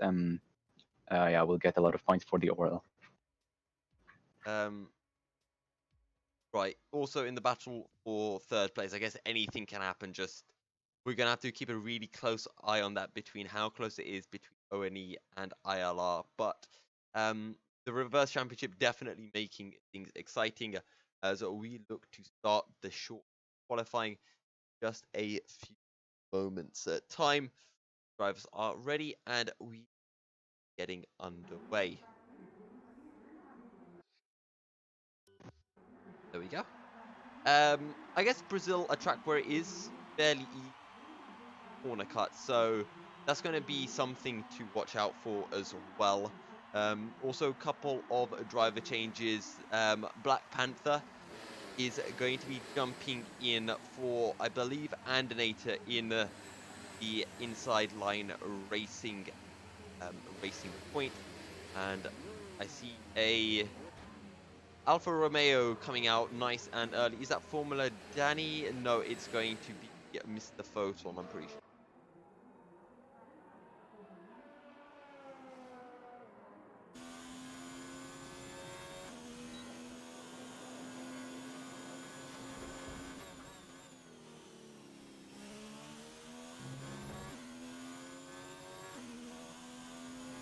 Right, so Foton on his outlap, and you know, we've seen qualifying once before at Canada, so I don't know, qualifying for race 3, I mean, we expect Formula Danny to be right up at the front, and then it's going to be the likes of, pardon me, Flying Finn, who's most likely going to be second alongside Michael. And then you're probably going to have the likes of Foton, KARDANOV, and Leopard up there battling for, you know, that kind of 5th, 4th place spots. Yeah.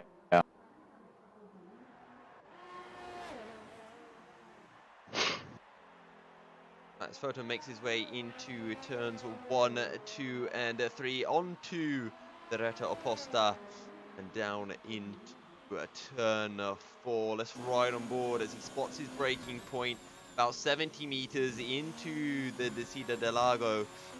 Back onto the power. You make your way down into Ferradora.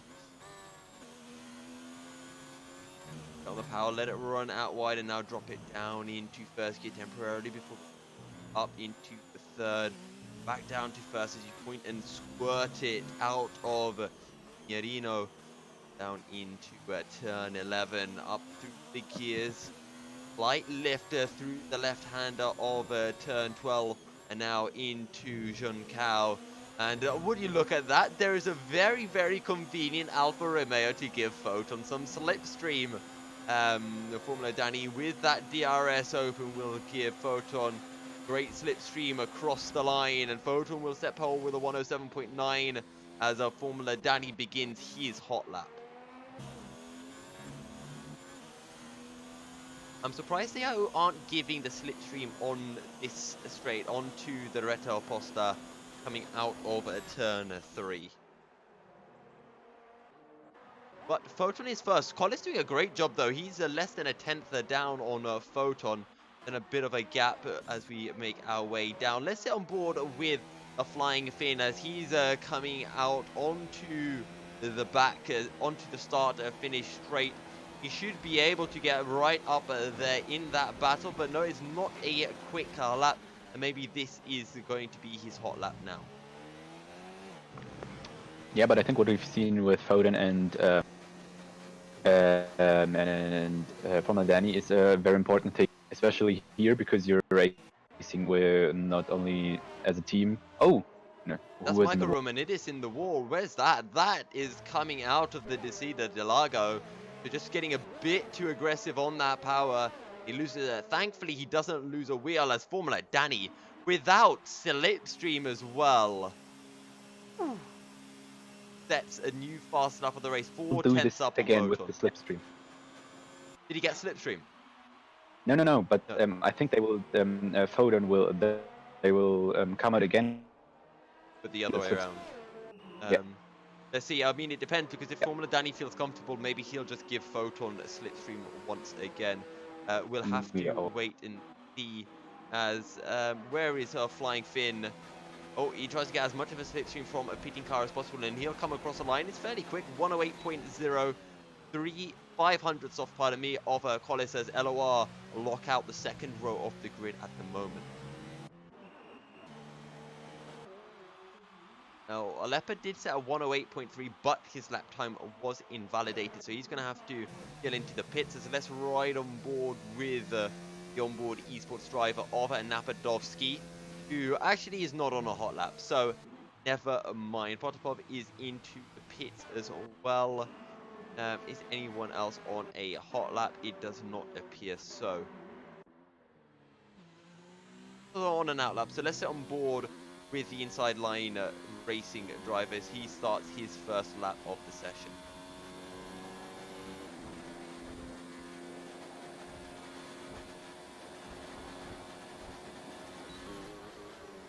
Down into turn 1, drop it down into second gear, quickly back up into third gear as you make your way down the center S's, back on the power, open up the DRS, start the way down the Retta Oposta. Get ready to spot your braking point into the Descida de Lago, down into fourth gear, and I'm not sure if that's going to be an invalidation, but we continue on with the lap as we make our way into Ferradora. Up into sixth gear. Nope, he decides against it and instead drops it down into second. We saw Foton going down into first, heading into turn 8, but through the Pinarino and now into turn 11. Get back onto the power now. Make your way through Vergulo up into sixth gear and drop it down the order quickly into third. Short shift up into fourth. Back on the power. Minimize wheel spin. Make your way out of Junkao and onto start to finish straight. Six will come across the line to set a 108.4, and it's only enough for sixth place. Actually, though, 3/100ths of KARDANOV, as is very close from KARDANOV down to Infamous in the battle for fifth place.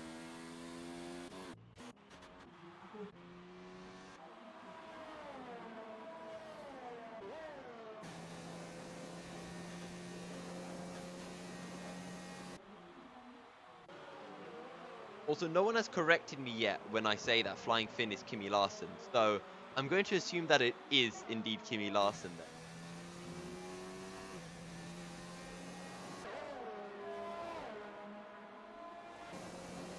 Right, who on a hot lap that we can get on board with? Let's sit on board with the Mulchian Racing League driving of Mark. Actually, he's starting a lap now. He's currently sitting in 9th place with a 108.9. Needs to find about half a second to get right up into the thick of things as LOR decided to put another driver into the top 5 as Lasse goes on 5th with a 108.2. Okay, Flying Finn is not Kimi last.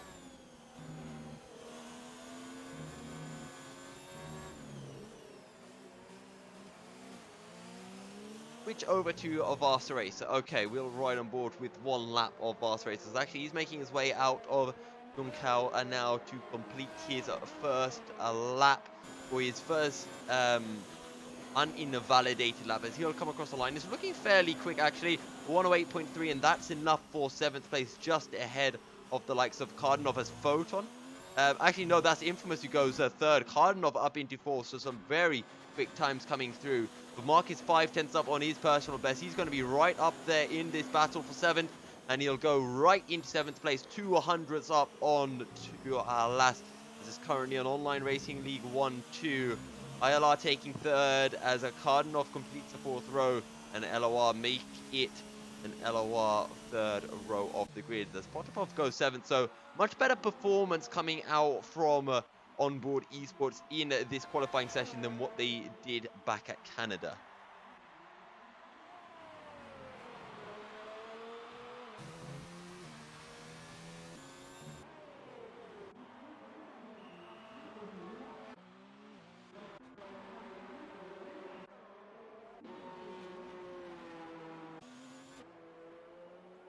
Right, who should we ride on board with then, Maku? Oh, Flying Finn's getting a great tow. I believe that's from Colis. He'll come across the line. What's it going to be? The 107.7, and that's Flying Finn up into 3rd place. But he's just a few hundredths shy of Foton.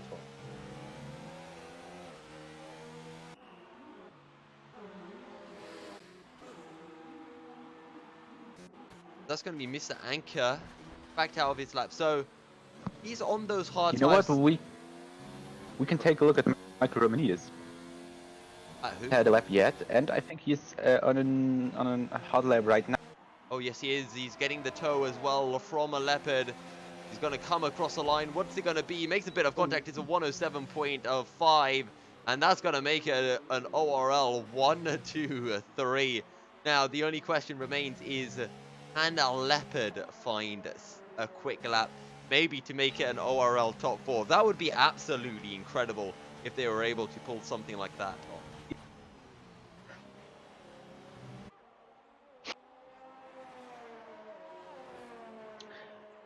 Especially the thing is, looking again at the standings, the LOR needs to make it more than 30 points more than or to win this.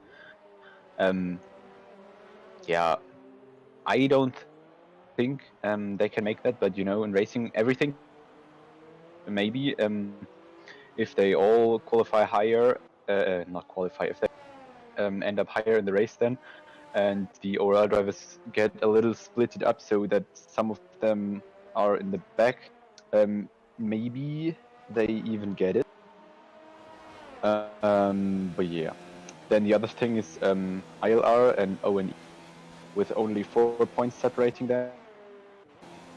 Points to ONE. Right, and you riding aboard with the Leopard. He started his hot lap. You can see Michael Romanidis up ahead, cutting through turn 1 just to make sure he's got enough of a gap to Leopard so that he can give that big bad tow on the start-finish straight. Leopard will make his way into the Descida del Lago. Let's see what that Sector 2 Delta time will be looking like. I missed the Sector 1 Delta, but do the double right-hander, now drop it all the way down into 1st, short shift up into 3rd, now drop it back down into 1st before short shifting right back up to 3rd as Colis gets well out of the way. Leopard makes his way down into turn 11, 2nd gear back on the power, keeping that back end under control, and through into Dunkao. But get on the power, and he's got Michael Romanidis right up ahead who will be giving him the best of toes a Red Bull driver could have ever asked for. Romanidis will dive into the pits, and Leopard will come across the line. It's a 107.5, and that completes the ORL top of 4. What a qualifying session from them so far. If they can hold this will be great fun. And when we look at drivers who could battle that, it's Flying Finn, KARDANOV, and Infamous. Those are, you know, 3 of the quickest drivers out there who can really challenge this. Maybe MrAnkka, but he's on a set of medium tires at the moment. Also, it's quite close in the battle for 17th with QuasiRayn, Semi Iceman, and BlackPanthor all separated by less than 0.2 of a second.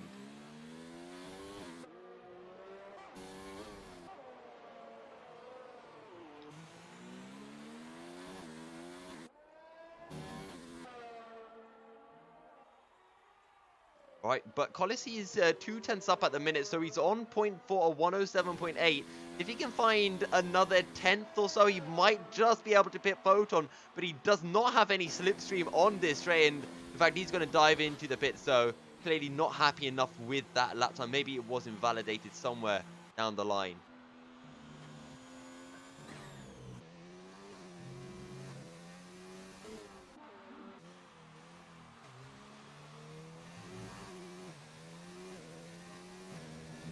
He's on board with POTAPOV, who makes his way down into Dunkao. Fleet is, what I believe is his 3rd lap of the race. Formula Danny is out on a lap at the minute, and POTAPOV will dive into the pit. So KARDANOV on a hot lap. No, he is not. He's looking like he's going to start one now. So there's a yellow flag at the end of Sector 2. That might be a Lasse, actually, and it was. But let's sit on board. Anka, he sets a 108.3 on the medium tires, so he'll need to find a little bit more time than that. But Formula Danny, he's going to come across the line now. Actually, no, he's going to dive into the pit. So, scouting lap there for Formula Danny? I'm not quite sure. Right, who's right on board with LOR Lasse is on a hot lap. Needs to find a big performance. You know, if it was LOR who had the top 4, you'd think that, okay, they have a shot at winning this. In fact, they're on point to winning the League Cup.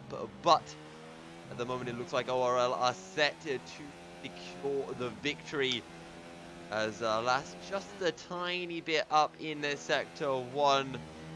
As into Ferradora he goes, as has a big moment as well. He's going to have to abort this lap.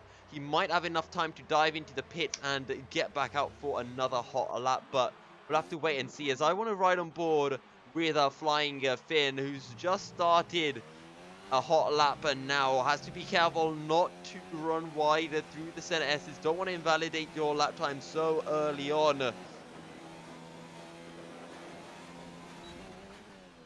As a 200th down is Flying Finn as he makes his way into the Descida del Lago. And now down into Ferradora. Down into 4th gear temporarily. Quickly back up into 5th and now drop it all the way down into... Okay, no, he's going to back out of this lap. So he needs to pick those back up, as Flying Finn clearly not happy with that lap.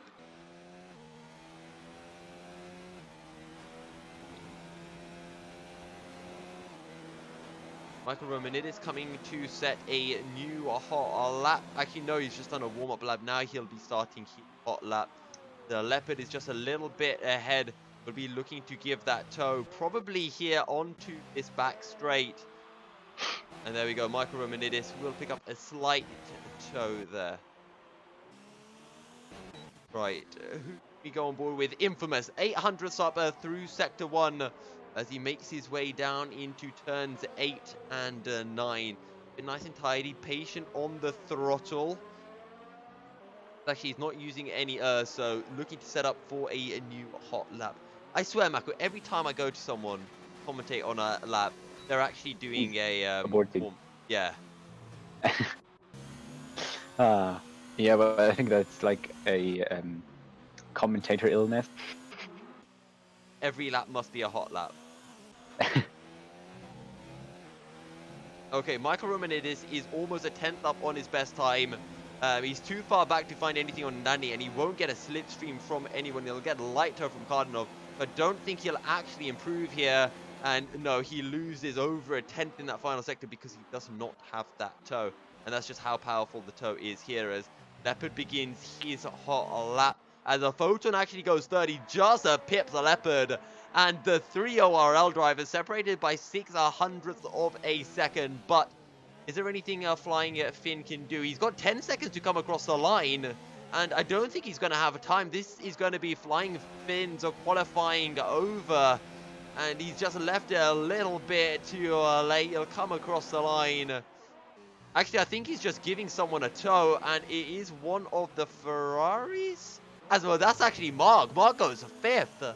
So Mark manages to find Flying Finn in the perfect point, and he gets a massive toe to take a 5th for the Mulchian Racing League. But Leopard is 5/100th up at the minute, and look who's ahead is a Michael Romanidis to give a Leopard yet another toe.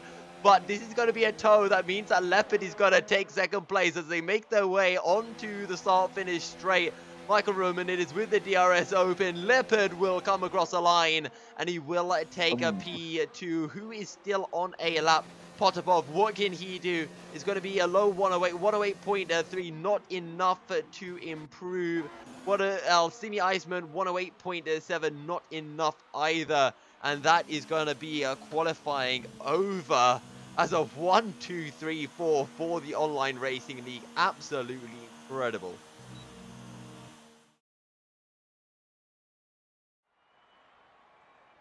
So confirmation then of qualifying Formula Danny 3/10 up ahead of Leopard as Michael Romanidis and a Foton round out the 2nd row of the grid for ORL.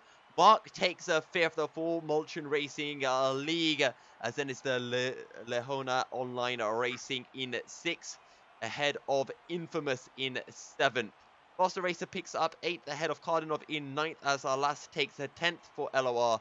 NAPADOVSKIY is in 11th, ahead of Colis, PRYTIN, and POTAPOV, as Jake takes 15th, ahead of MrAnkka, Crusix, BlackPanthor, and I can't remember who the last two were as we... The last two were BlackPanthor and Simi Iceman. Okay.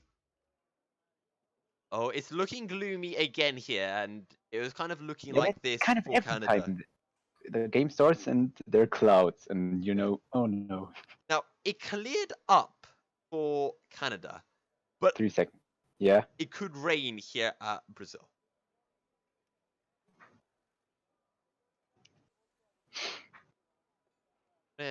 Keep that on your mind. Okay, so LOR, to be able to win the league, they need to find some massive gains on ORL. If ORL even get one person in 1st, I think they pretty much win. Yeah. I mean, it's mathematically possible for LOR to take it anyway, but practically impossible. If Yeah, ORL... then the ORL have to be like 16, 17, 18. Yeah. Then, yeah, maybe, but... However, for ONE and ILR, it is very close. And in fact, you know, we talk about LOR, they're only 30 points down on ORL. ONE are only 39 points down on LOR. So they could make something happen. Actually, let's just take a look at the grid order, because LOR, they have a driver in 6th and 10th, whereas ONE have their drivers in 9th and 11th. 9th, 11th, 13th, and 14th. But MRL looking to pick up some big points. They're in 5th and 8th at the moment. So that could be... They could get big points from Mark and Vasterracer as QuasiRayn and Simi Iceman all the way at the back. And you'd have to feel that they're not going to be able to pick up any big points. Similar situation for ILR. Infamous right up there. But Crusix lagging down in 17th. We saw him do a good job in Canada. So maybe he could be able to show something here. Jake in 15th and BlackPanthor down in 19th. So, you know, these two teams being led kind of by 1, 2 members. A funny thing by side, the a few members of the MRL who are not driving are just making a little bit fun of themselves. I mean, you can translate all of that for me, there, Maku, but yeah, kind of. okay, so let's just take a look at tire compounds. Top 10 all on soft tires. Everyone else below on mediums, with the exception of Jake and QuasiRayn. So, not sure about those softs. I understood it for Leopard because he was planning to really work his way through the order. But for Jake, maybe it's to get ahead of some of the onboard esports drivers and hold them up a bit, just to allow, you know, Infamous to be able to stretch out a gap. But all of the drivers are lined up on the grid.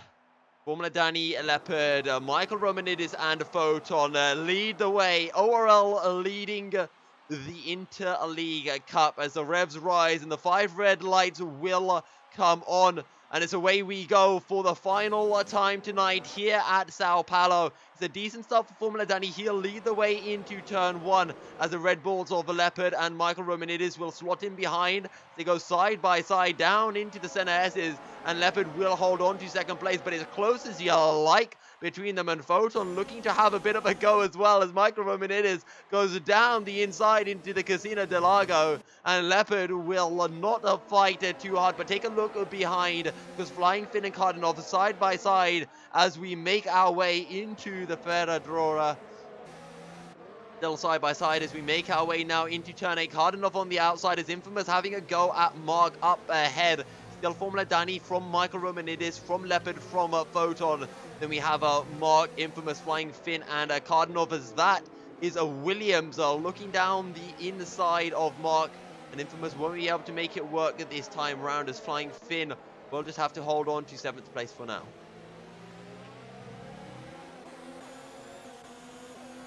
The Leopard and Foton side by side as they make their way onto the start-finish straight, and this battling is going to pull the Mark right up into the mixer.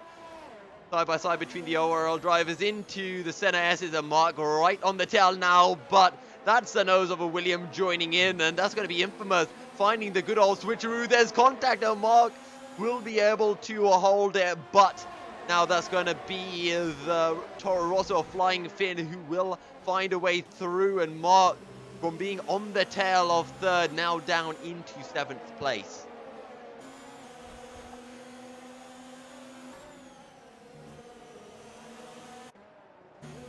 First thing stands, some big points will be coming in for ORL, of course, but onboard esports with KARDANOV in 8th and NAPADOVSKIY in 10th should be able to stay ahead of MRL, but I don't know if they can jump ahead of ILR's Infamous doing a good job up in 5th place at the moment.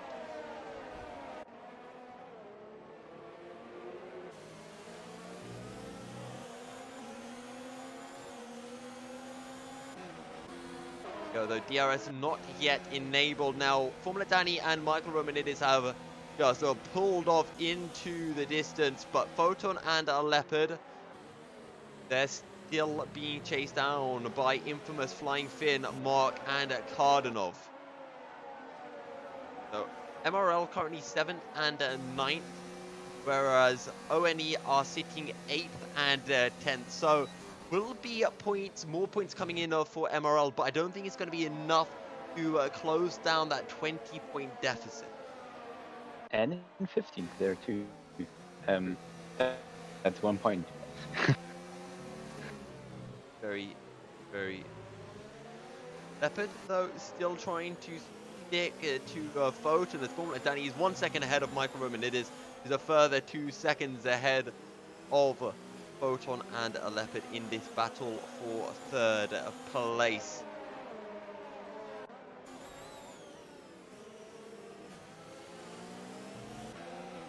Actually, Infamous getting very close to Leopard as we make our way onto the start-finish straight, but Leopard is going to have a DRS as well, which will make things a little bit trickier for Infamous here. I think Leopard's too far back to have a go onto Foton.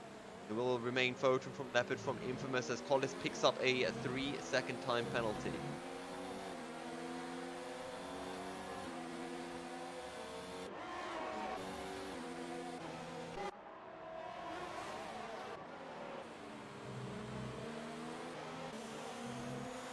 QuasiRayn, though, actually, he's making good progress up through the field. He's up into 14th place after starting down in 18th, I think. Also, bad news for LOR with 2 drivers down in 19th and 20th place. But they're going for that same strategy we saw at Canada, which is pitting early on for those soft tyres. Actually, sorry, the strategy we saw at Spa, hitting early for the soft tyres and then trying to get that massive undercut.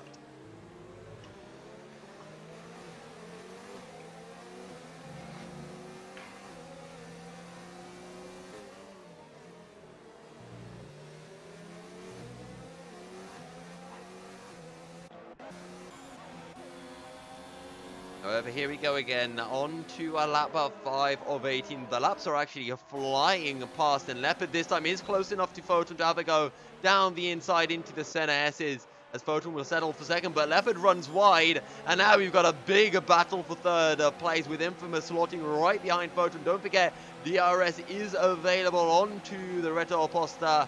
And now Infamous down the inside of both ORL drivers. He'll only be able to make the move work onto a Leopard, as Leopard tries to find the cutback, but unable to do so. There's contact as he gets forced out wide. He'll rejoin. Now down the inside we go into turn 6.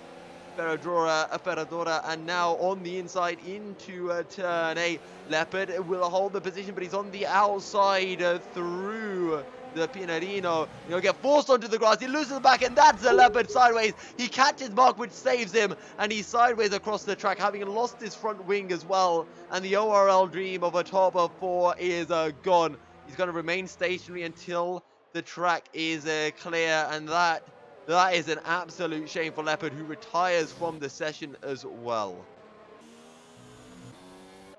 No. I feel that was a bit... I don't think he needed to retire. He could have gone on to the mediums and made it to the end, but you can understand the frustration there. The ORL podium lockout is still possible.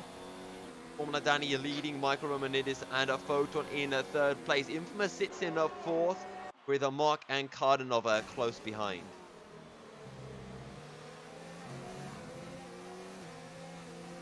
What this does mean, though, it's more points for the other leagues. ILR now sitting 4th, 9th, 12th and 13th, so they're all in the points, and this will see them jump ahead of onboard esports.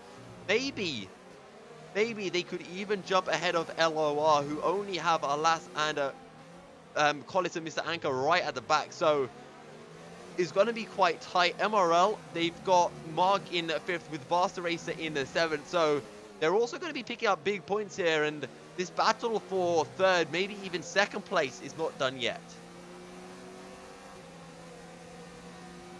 Oh wait, Flying Finn's retired from the session as well, so that incident between them has seen both drivers retire, and that could be costly, very, very costly for LOR, and with one LOR driver out of the race, that's practically a GG well played, and ORL will have this in the bag, and it is theirs to lose.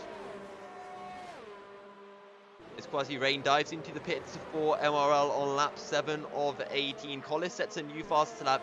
He's on those fresh soft tyres, as those two LOR drivers going for the strategy that they saw the ORL drivers doing back at Spa.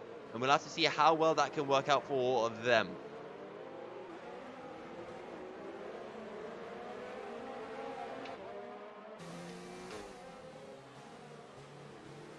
But look at the gap between Michael Romanidis and Foton. 5 seconds after just 7 laps.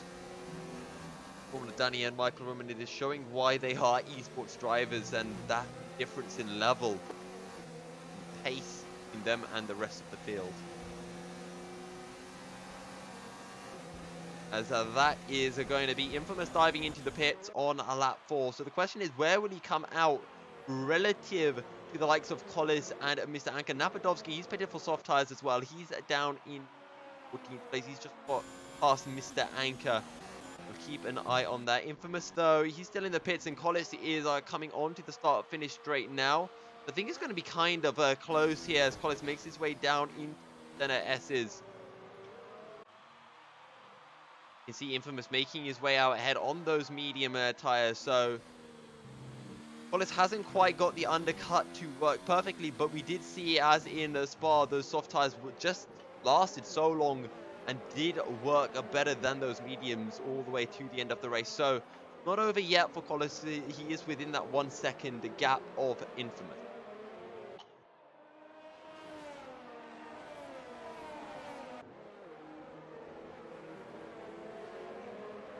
Also, guys, I think we're going to be having votes for driver of the series or driver of the race. That should be coming through chat towards the end of the race. There's 3 more drivers, make that 4 more drivers to dive into the pits. Foton leading the way in.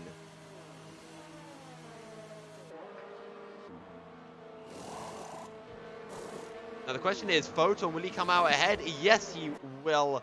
And in fact, the Williams almost held him up, but because ghosting's enabled, he was able to come out ahead of Mark. Is still right on his tail. Now the question is, where is Colis? Colis is making his way through, and he's going to jump ahead of Panther here. So Infamous and Colis with the undercut working fantastically.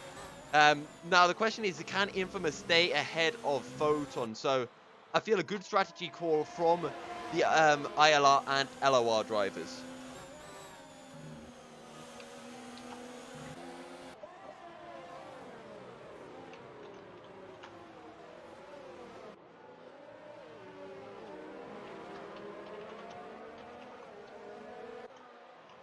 MrAnkka, though, he's down in 12th place as Formula Danny picks up a 5-second penalty, and that's something that we don't say every day. Formula Danny making a mistake on the entry as him, Michael Romanidis and VSR all dive into the pits, and POTAPOV too.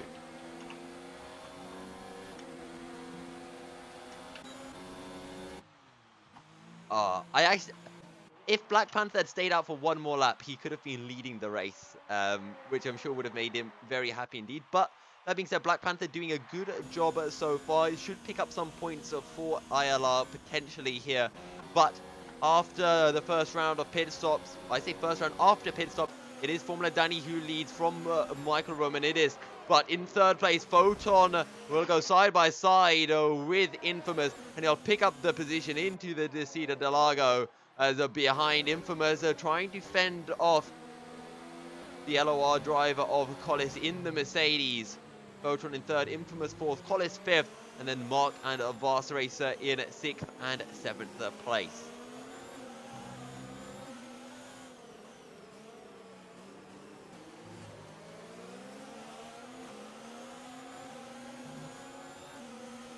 The issue for MRL, I feel, is that QuasiRayn and Simi Iceman are too far back. If Mark and Vasterracer can get to 4th and 5th, maybe they could jump ahead of ONE. ILR, though, are doing a good job with Infamous in 4th place, so they need something to happen to Infamous. Speaking of Infamous, down the inside into the center S's on lap 11, and this is exactly what the other leagues want to see, this battling between ILR and ORL up ahead. Infamous under pressure now as we enter the Descida del Lago once again. Foton around the outside into turn 4, and all the way he'll hold it. Infamous is on the outside now as we enter the Ferradura. There's a bit of contact as Infamous looks for the switchback. Won't be able to make it work, as that's a dive bomb down behind Mark, looking for the inside into turn 8. Won't quite make it work, and he'll have to sit behind as we make our way through into turns 9 and 10.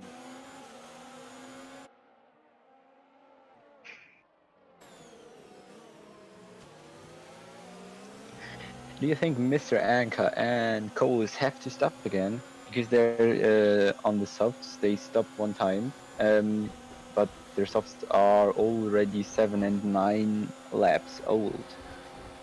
No, I would guess not. If you can make the softs last at Spa, then you can probably get away with it here at Sao Paulo. But I guess time will tell. I think it was voluntary stops at those early stages of the race, but I guess we'll have to see. Still Formula Danny from Michael Romanidis. Foton in the 3rd. Infamous in 4th, with Colis in 5th place.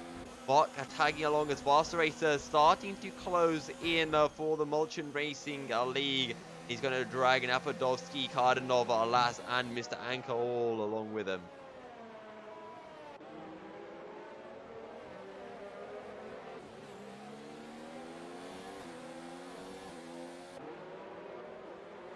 We need to have, you know, those live updates of the championship table somehow. Yeah, that would be cool, but I think I can't do the math that quick in my head.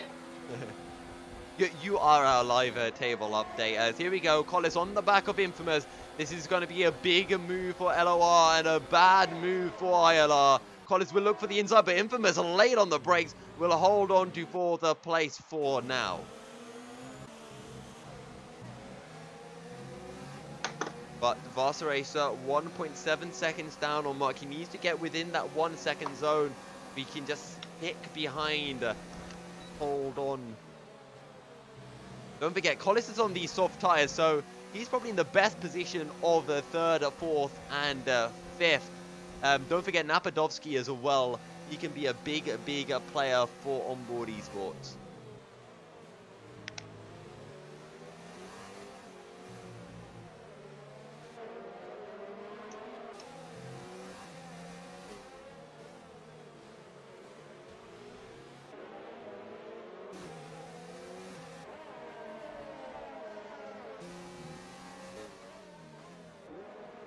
However, up ahead, here we go. The battle for third place will resume. Infamous looks like he's a little bit too far behind as Vasterracer now 1.4 seconds behind Mark.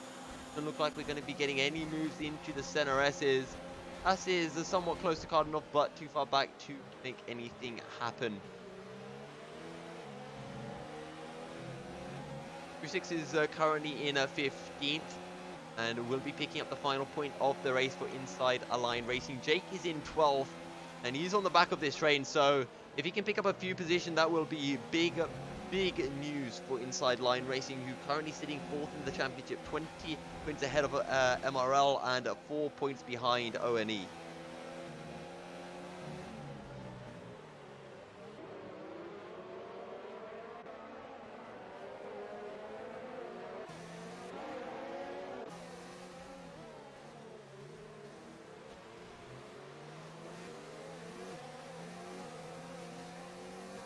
But I just realized, Maku, there's only one team that has all 4 drivers in the points, and that is currently onboard esports. Yeah.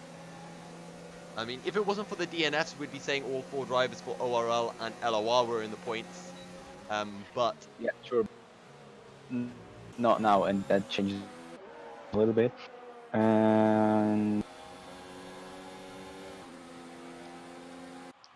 Vasterracer has really dropped back from Mark, so I'm not sure if he made a mistake on that last lap. This is still photo from Colis, from Mark in this battle for 4th place. Then you have Vasterracer holding off a NAPADOVSKIY, KARDANOV, Lasse, MrAnkka, and Jake.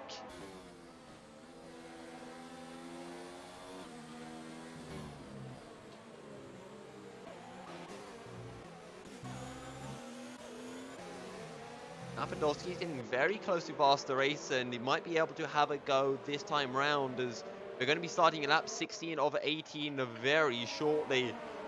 Romanidis still leads the way, 4 seconds ahead of Michael Romanidis. He needs to pull out a 5-second gap though, because remember, he did speed into the pit lane, so he might not be able to make this 3 from 3 due to a silly mistake. The only mistake we can say Romanidis has made all night long. But NAPADOVSKIY will look down the inner side of Vasterracer into turn 1. Vasterracer is not done yet. He might be able to pick up the DRS, and indeed he will be able to do so as we make our way down the Reto Oposta. NAPADOVSKIY will go defensive. Vasterracer looks to the outside, and he'll try to hold it around the outside, and he'll make it work as well through the Casino del Lago. And that is Vasterracer back up into 7th place, doing a fantastic job for MRL, trying to keep the fort afloat, trying to give them that chance to close into the ONE in the championship standings. But I feel like this performance is a little bit too late, as you know, Mark having those practically DNFs back at Spa and Canada has really cost them, when Mark should have been towards the front end picking up some big points for Mulchian Racing League.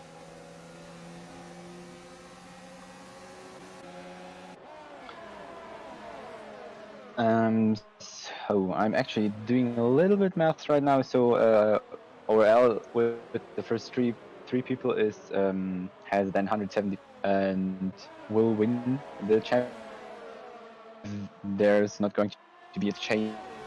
The IRL is as they're in 4th, 15th, and 16th. That's changed. No, 4th, 12th, and 15th.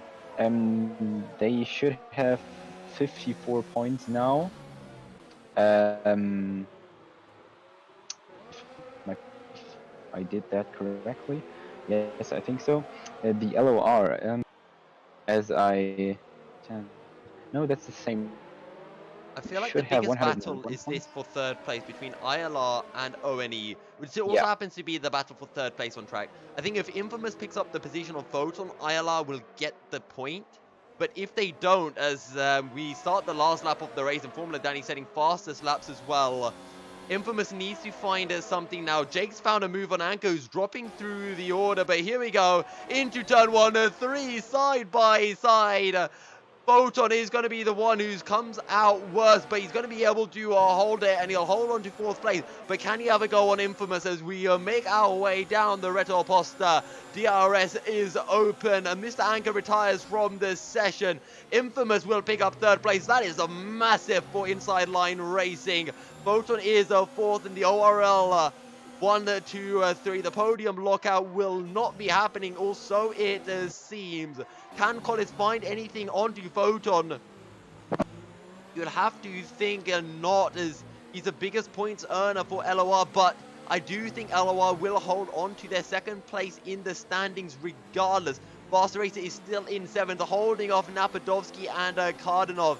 But Foton, can he get the drive coming out of Junkao? We saw it in, oh no, he's gone wide, and that's actually going to cost him. Now Colis might be able to have the run. It's going to be the drag race to the line. We saw it in real life, but Colis is too far behind. Michael Romanidis picks up the win after time penalties from Formula Daddy. Foton takes 3rd after penalties. Mark jumps all the way up into 4th, and that's Vasterracer up into 5th. Mulchian Racing League pick up a 4-5, and that is a crucial, as Infamous takes 6th, the NAPADOVSKIY 7th, the Colis in 8th, KARDANOV in 9th, last 10th, Jake in 11th, POTAPOV 12th, PRYTIN 13th, Crusix 14th, and Simi Iceman will take the final point.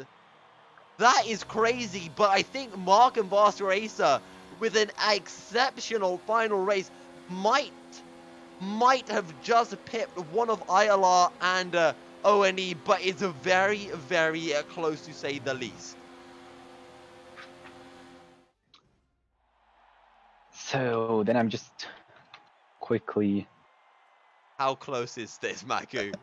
doing the maths of the championship standings, and then I can tell you how close it will be.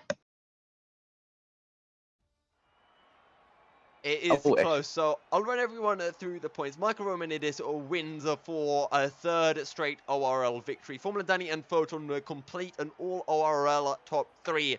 Mark and Vasterracer make it 4-5 for the Mulchian Racing League, as Infamous takes 6th for ILR. NAPADOVSKIY takes 7th for ONBOARD Esports, as Colis takes 8th ahead of KARDANOV, and Lasse completes the top 10. Jake takes 11th ahead of POTAPOV, PRYTIN, Crusix, as Simi Iceman takes the final point. Take a quick look at the incidents, because there may be changes to these incidents that will have a significant effect on the championship standings. But again, those are all 5-second time penalties, which comes down to speeding into the pit lane. So I don't think those penalties will actually get removed.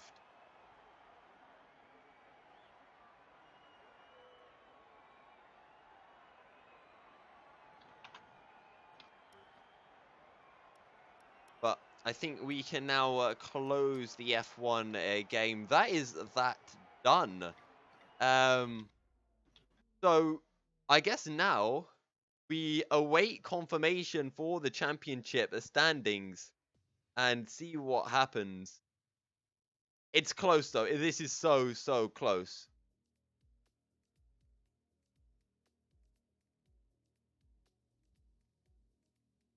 I don't know if know, Maku, what the final results are, but Wait 1 second. Maku on things as usual. Last one, then While I'll Maku see. sorts all of that out, don't forget, guys, you can find out more about all of the different racing leagues. If you head over to the YouTube description, you can find their Twitters and their YouTube channels. So make sure you head on over and drop them a follow and a subscription. They're all absolutely fantastic racing leagues. Just to give a bit of information to all of them, ORL is, well, the one that we host here, which I think most of you are aware of. Mulchian Racing League is a German racing league. LOR is a Finnish racing league. Onboard Esports is the Russian racing league, and ILR is, I guess, kind of multiple, a bit like ORL. I don't think, that being said though, ONE, LOR, and MRL, I don't think are nationality limited. I'm not sure though. But definitely, guys, if you want to get into racing, sign up for those because they have split Bs as well that you can get on board with, and they have a lot of quick drivers as you for racing today. So basically, then I'm ready with my maths and Okay, go on, drop it for us. IV standings. So, well, ORL, as I said before, wins with 170 points. And then in the second place, we have LOR with 93 points. Right. And then third and fourth, that was the thing we wanted to watch. And ONE wins this battle with 10 points over ILR. So Okay. ONE is in third with 63 points, and ILR is in fourth with 53 points. And last but not least is MRL with 41 points. They got the Okay. most points in the last race. Yeah, they picked up some big points, and one more race, and then all of a sudden 20 points between the three teams at the bottom. But yeah, it kind of came down to unfortunate events for them in those first few races, with Mark having those spins at both Canada, and again, it was just such a silly incident as well. Canada diving into the pits, and big shame. You didn't need that. But these could be possible that there's some changes to these results if some penalties get removed and then some positions change. So yeah, we'll have to wait for confirmation. Yeah, so of course those penalties can change things because I think if it was, I'm forgetting names now, but I think if Infamous didn't get that penalty, it'd be so much closer between ILR and ONE because, and who knows, any other penalties that saw the ONE drivers jumping up, again, it changes things massively. Before the time penalties were added up, I thought the both leagues were like 1 point apart or something. All right, Maku, we've got our first interviewee, so let's drag him in and unmute him. Michael Romanidis picking up the win at Brazil and being very consistent. Actually, wait, his microphone's muted, so you can probably check that. Can fix that. And okay, no, he can't. He jumped out temporarily. Let's see if I can drag him in again.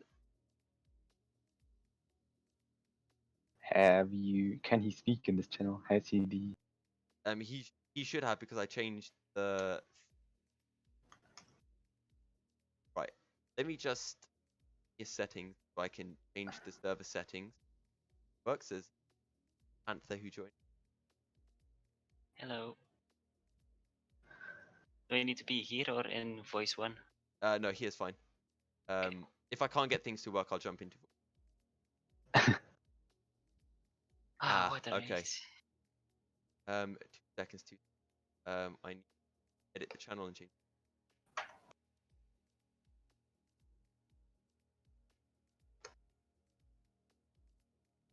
I'll be done in 2.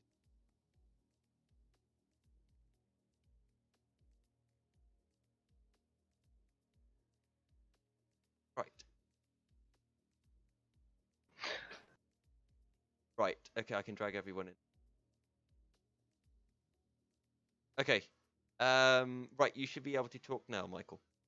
Yep, I think so.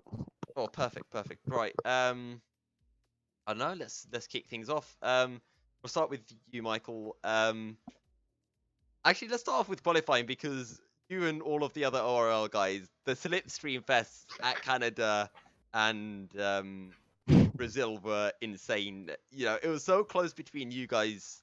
Was there ever any, you know, kind of thoughts between you guys? Okay, I don't want to give you Slipstream. I want to pick up the position for myself, or were you just kind of good about it the whole way through? Yeah, thank you. Well, it kind of worked in the end, but actually was really messy, at least between me and Leopard. Oh, Oh. Oh. Okay, and we also have final confirmation of the championship standings. ORL are on 170, 93 for LOR, ONE on 62, not 63, IRL on 53, and MRL on 40. so I did one little mistake. I think I had 63 for O&E. Yeah.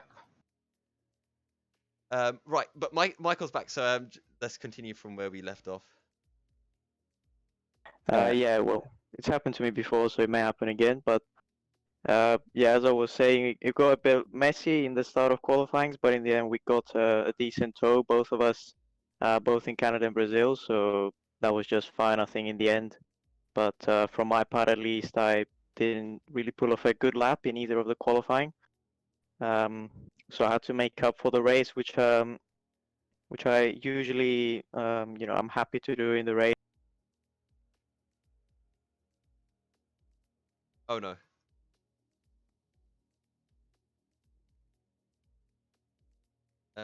Okay.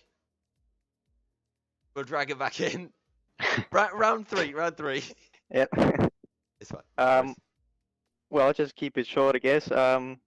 Well, in the race one, I got quite unlucky, I think, with a collision with a Ferrari, and I also got a penalty, which was my bad, of course. So I think a few mistakes there, and it cost me a few positions. But I guess it all came back in race three, where I got the win. You know, obviously not 100% deserved, but penalty is a penalty, and I think I had enough bad luck in the evening on the first two races. So yeah, I'm happy with that. But Danny's been overall impressive, the most impressive driver by far. So of course he deserves. Oh no, it happened again. As I'm not sure why it's just connecting him, but okay. Hello again, long time. Yeah. And yeah, that's it really. Just well done to everyone. I think it went really well as an event for the first time. And well, congrats to Danny and everyone who participated basically. And hopefully we do this again. That's it, guys. Formula Danny's in. We'll drag him in. Well, Danny. Come on. What was that pit entry? That's where we have to start. 82 km/h. Ooh. It's a yoke. In fact, I hate this game for that because I just should have just went in 300 and then I got the same penalty. In real life, you get massive penalty for pit entry because you danger the life and safety of the people who work in the pit. Now, this is a game, so I don't know why these penalties are still so harsh. Just to begin with, as in the game, it should only the time matter, if you know what I mean, because I don't really danger anyone in the virtual life. Are you saying that virtual lives do not matter, Danny? Because that's no, I say that it should be it shouldn't be that harsh, or it should be at least gradual or something to punish you because the time you gained. You know what I mean? Yeah. It's frustrating, but I know how the game works, of course, so it's still a mistake at the end of the day. I'm not gonna argue on it, but yeah, I'm a maximalist person. I won the race from last place in Spa, although I had a very limited amount of time to make the overtakes done. So I was quite happy with that. Brazil, I was nice. I thought this will be the easiest to have a grand 3 victories tonight. And effectively, it just bothers me because I'm a maximalist and I don't like making this stuff. I had 3 seconds lead in front of Michael, at the pit entry. So if I go into 1 kilometer per hour, I still keep the lead. So yeah, it's just my frustration, but yeah, it happens. Luckily, it didn't happen in esports, and I touched the wood, knock 3 times, as I want to do the best there. But yeah, tonight was fun. Going back to that Spa race, starting at the back of the grid, pitting on, what was it, like lap 2 for soft tires? Was that always a plan? Lap one, That yes. one. Was that always a plan? Of course. Okay. Yeah, but just talk us through that race, because that was a crazy race from. Yeah, I had a massive start. Before the first corner, I was P15 from P19, so I was very happy. And then I got absolutely blocked on the inside line, and 4 people, Foton, Mark, and everyone just went around the outside because the player ahead of me took it very cautiously. I thought we will go together and overtake everyone on the inside. No, he braked at like, I don't know who was ahead of me at like 120, while you brake at 70 at the start. But okay, I braked. Of course, I didn't want it to damage my car. I made some passes in the second sector and in the long straight as well. Then I was like P16, P15 again, and I went into the pit. I was already like 9 seconds behind the leaders, or 6, 7, or something like that. As Jeff, but don't quite remember. But I saw from the map as well that it's quite a big distance. But I was like, okay, put on the soft and just try to be as fast as possible. I had enough fuel, so I just stayed in reach for the whole race. And yeah, I started to push as hard as I could, and I gained around 2 seconds a lap on everyone else on the track. And in lap 6 or lap 7, when the first Mercedes pit, I don't know who was that, but he came just right in front of me. I actually needed to lift to still get the DRS, but I got the DRS and I switched up again on my engine and everything and just tried to get him out of my DRS zone. It was actually a big question for me to do that or not do that, because I didn't know his pace, and if he catches me and I don't have any ERS because I was fighting against him to try to get him out of 1 second, I may lose the race. But if I can get him out of 1 second, then I may win. So it was a decision to make between saving ERS and just keeping the fight on track and within 1 second, or just trying everything and get him out of the DRS. And I actually managed to do that. And then I just built a 1.5, 1.7, 1.9, and later on the race, the last lap, 2.0 seconds lap, and seconds gap, and then I won that race as well. It was pretty fun. I really enjoyed it. I didn't think that I will be able to win a 25% race from the last position, but I managed to do that, and yeah, that's the top moment of the night, and one of the top moments of the year as well. Fantastic. I mean, doing it at your favorite track as well. Going over to you, Mark. Incidents in race 1 and 2, but going into race 3, you seem to have a really good battle with a Foton Infamous, and I can't remember who was the final driver, but talk us through that Brazilian Grand Prix first. Yeah, it was Colis, by the way, and yeah, finally got a good qualifying, and the race was finally clean as well. Race was pretty good in my opinion, but yeah, just try to not get a penalty, because I hope that the guys in front of me get penalties. So 2 of them did in the end, but yeah, I think P3 was possible in the end if I had pitted 1 lap earlier. But yeah, pretty happy with the result in the last race. And in Canada and well, what were the issues? Spa, there was a big carnage in Eau Rouge in the backfield, and I couldn't avoid it sooner. So I damaged my left front wing. It was red, and was pretty much a race over. And I touched with Danny. I don't know why, but yeah, I spun from that. So yeah, the race was pretty much over there. In Canada, I got spun by Andinator, I think, because he had massive leg spikes. On his screen, he told me that he didn't touch anything. So yeah. Then I wanted to pit when I touched with another force in Racing Point, I think. But he was just going so slow into the corner that I tried to avoid going into the right side, but it was too late. Yeah. And Fair enough. Going over to you, Panther. You know, sometimes we view Mark as the king of bad luck. You view yourself as the king of bad luck. You came in for the final race. How was it? Yeah, it was really stressful to be honest, because I knew I had to compete against one of the fastest guys on this game. So I was first of all happy that I didn't qualify last, so that was like a plus point for me. I felt really like Williams compared to some of these guys, but the start was really clean also. But I had some mechanical issue with the pedals of mine that didn't work that well, but yeah. All in all, it was a good race, and shame at the last lap that I collided with, I don't know who it was, with the Haas driver. So yeah, I'm glad I finished the race. Well, thank you to everyone who took part, and of course to you guys for joining us for and congrats, Danny, on 3 podiums in a row, 2 wins, almost the 3rd. I guess you'll probably end up doing it next time, right? Yeah, I will try my best. But yeah, on that note, guys, thank you very much for tuning in.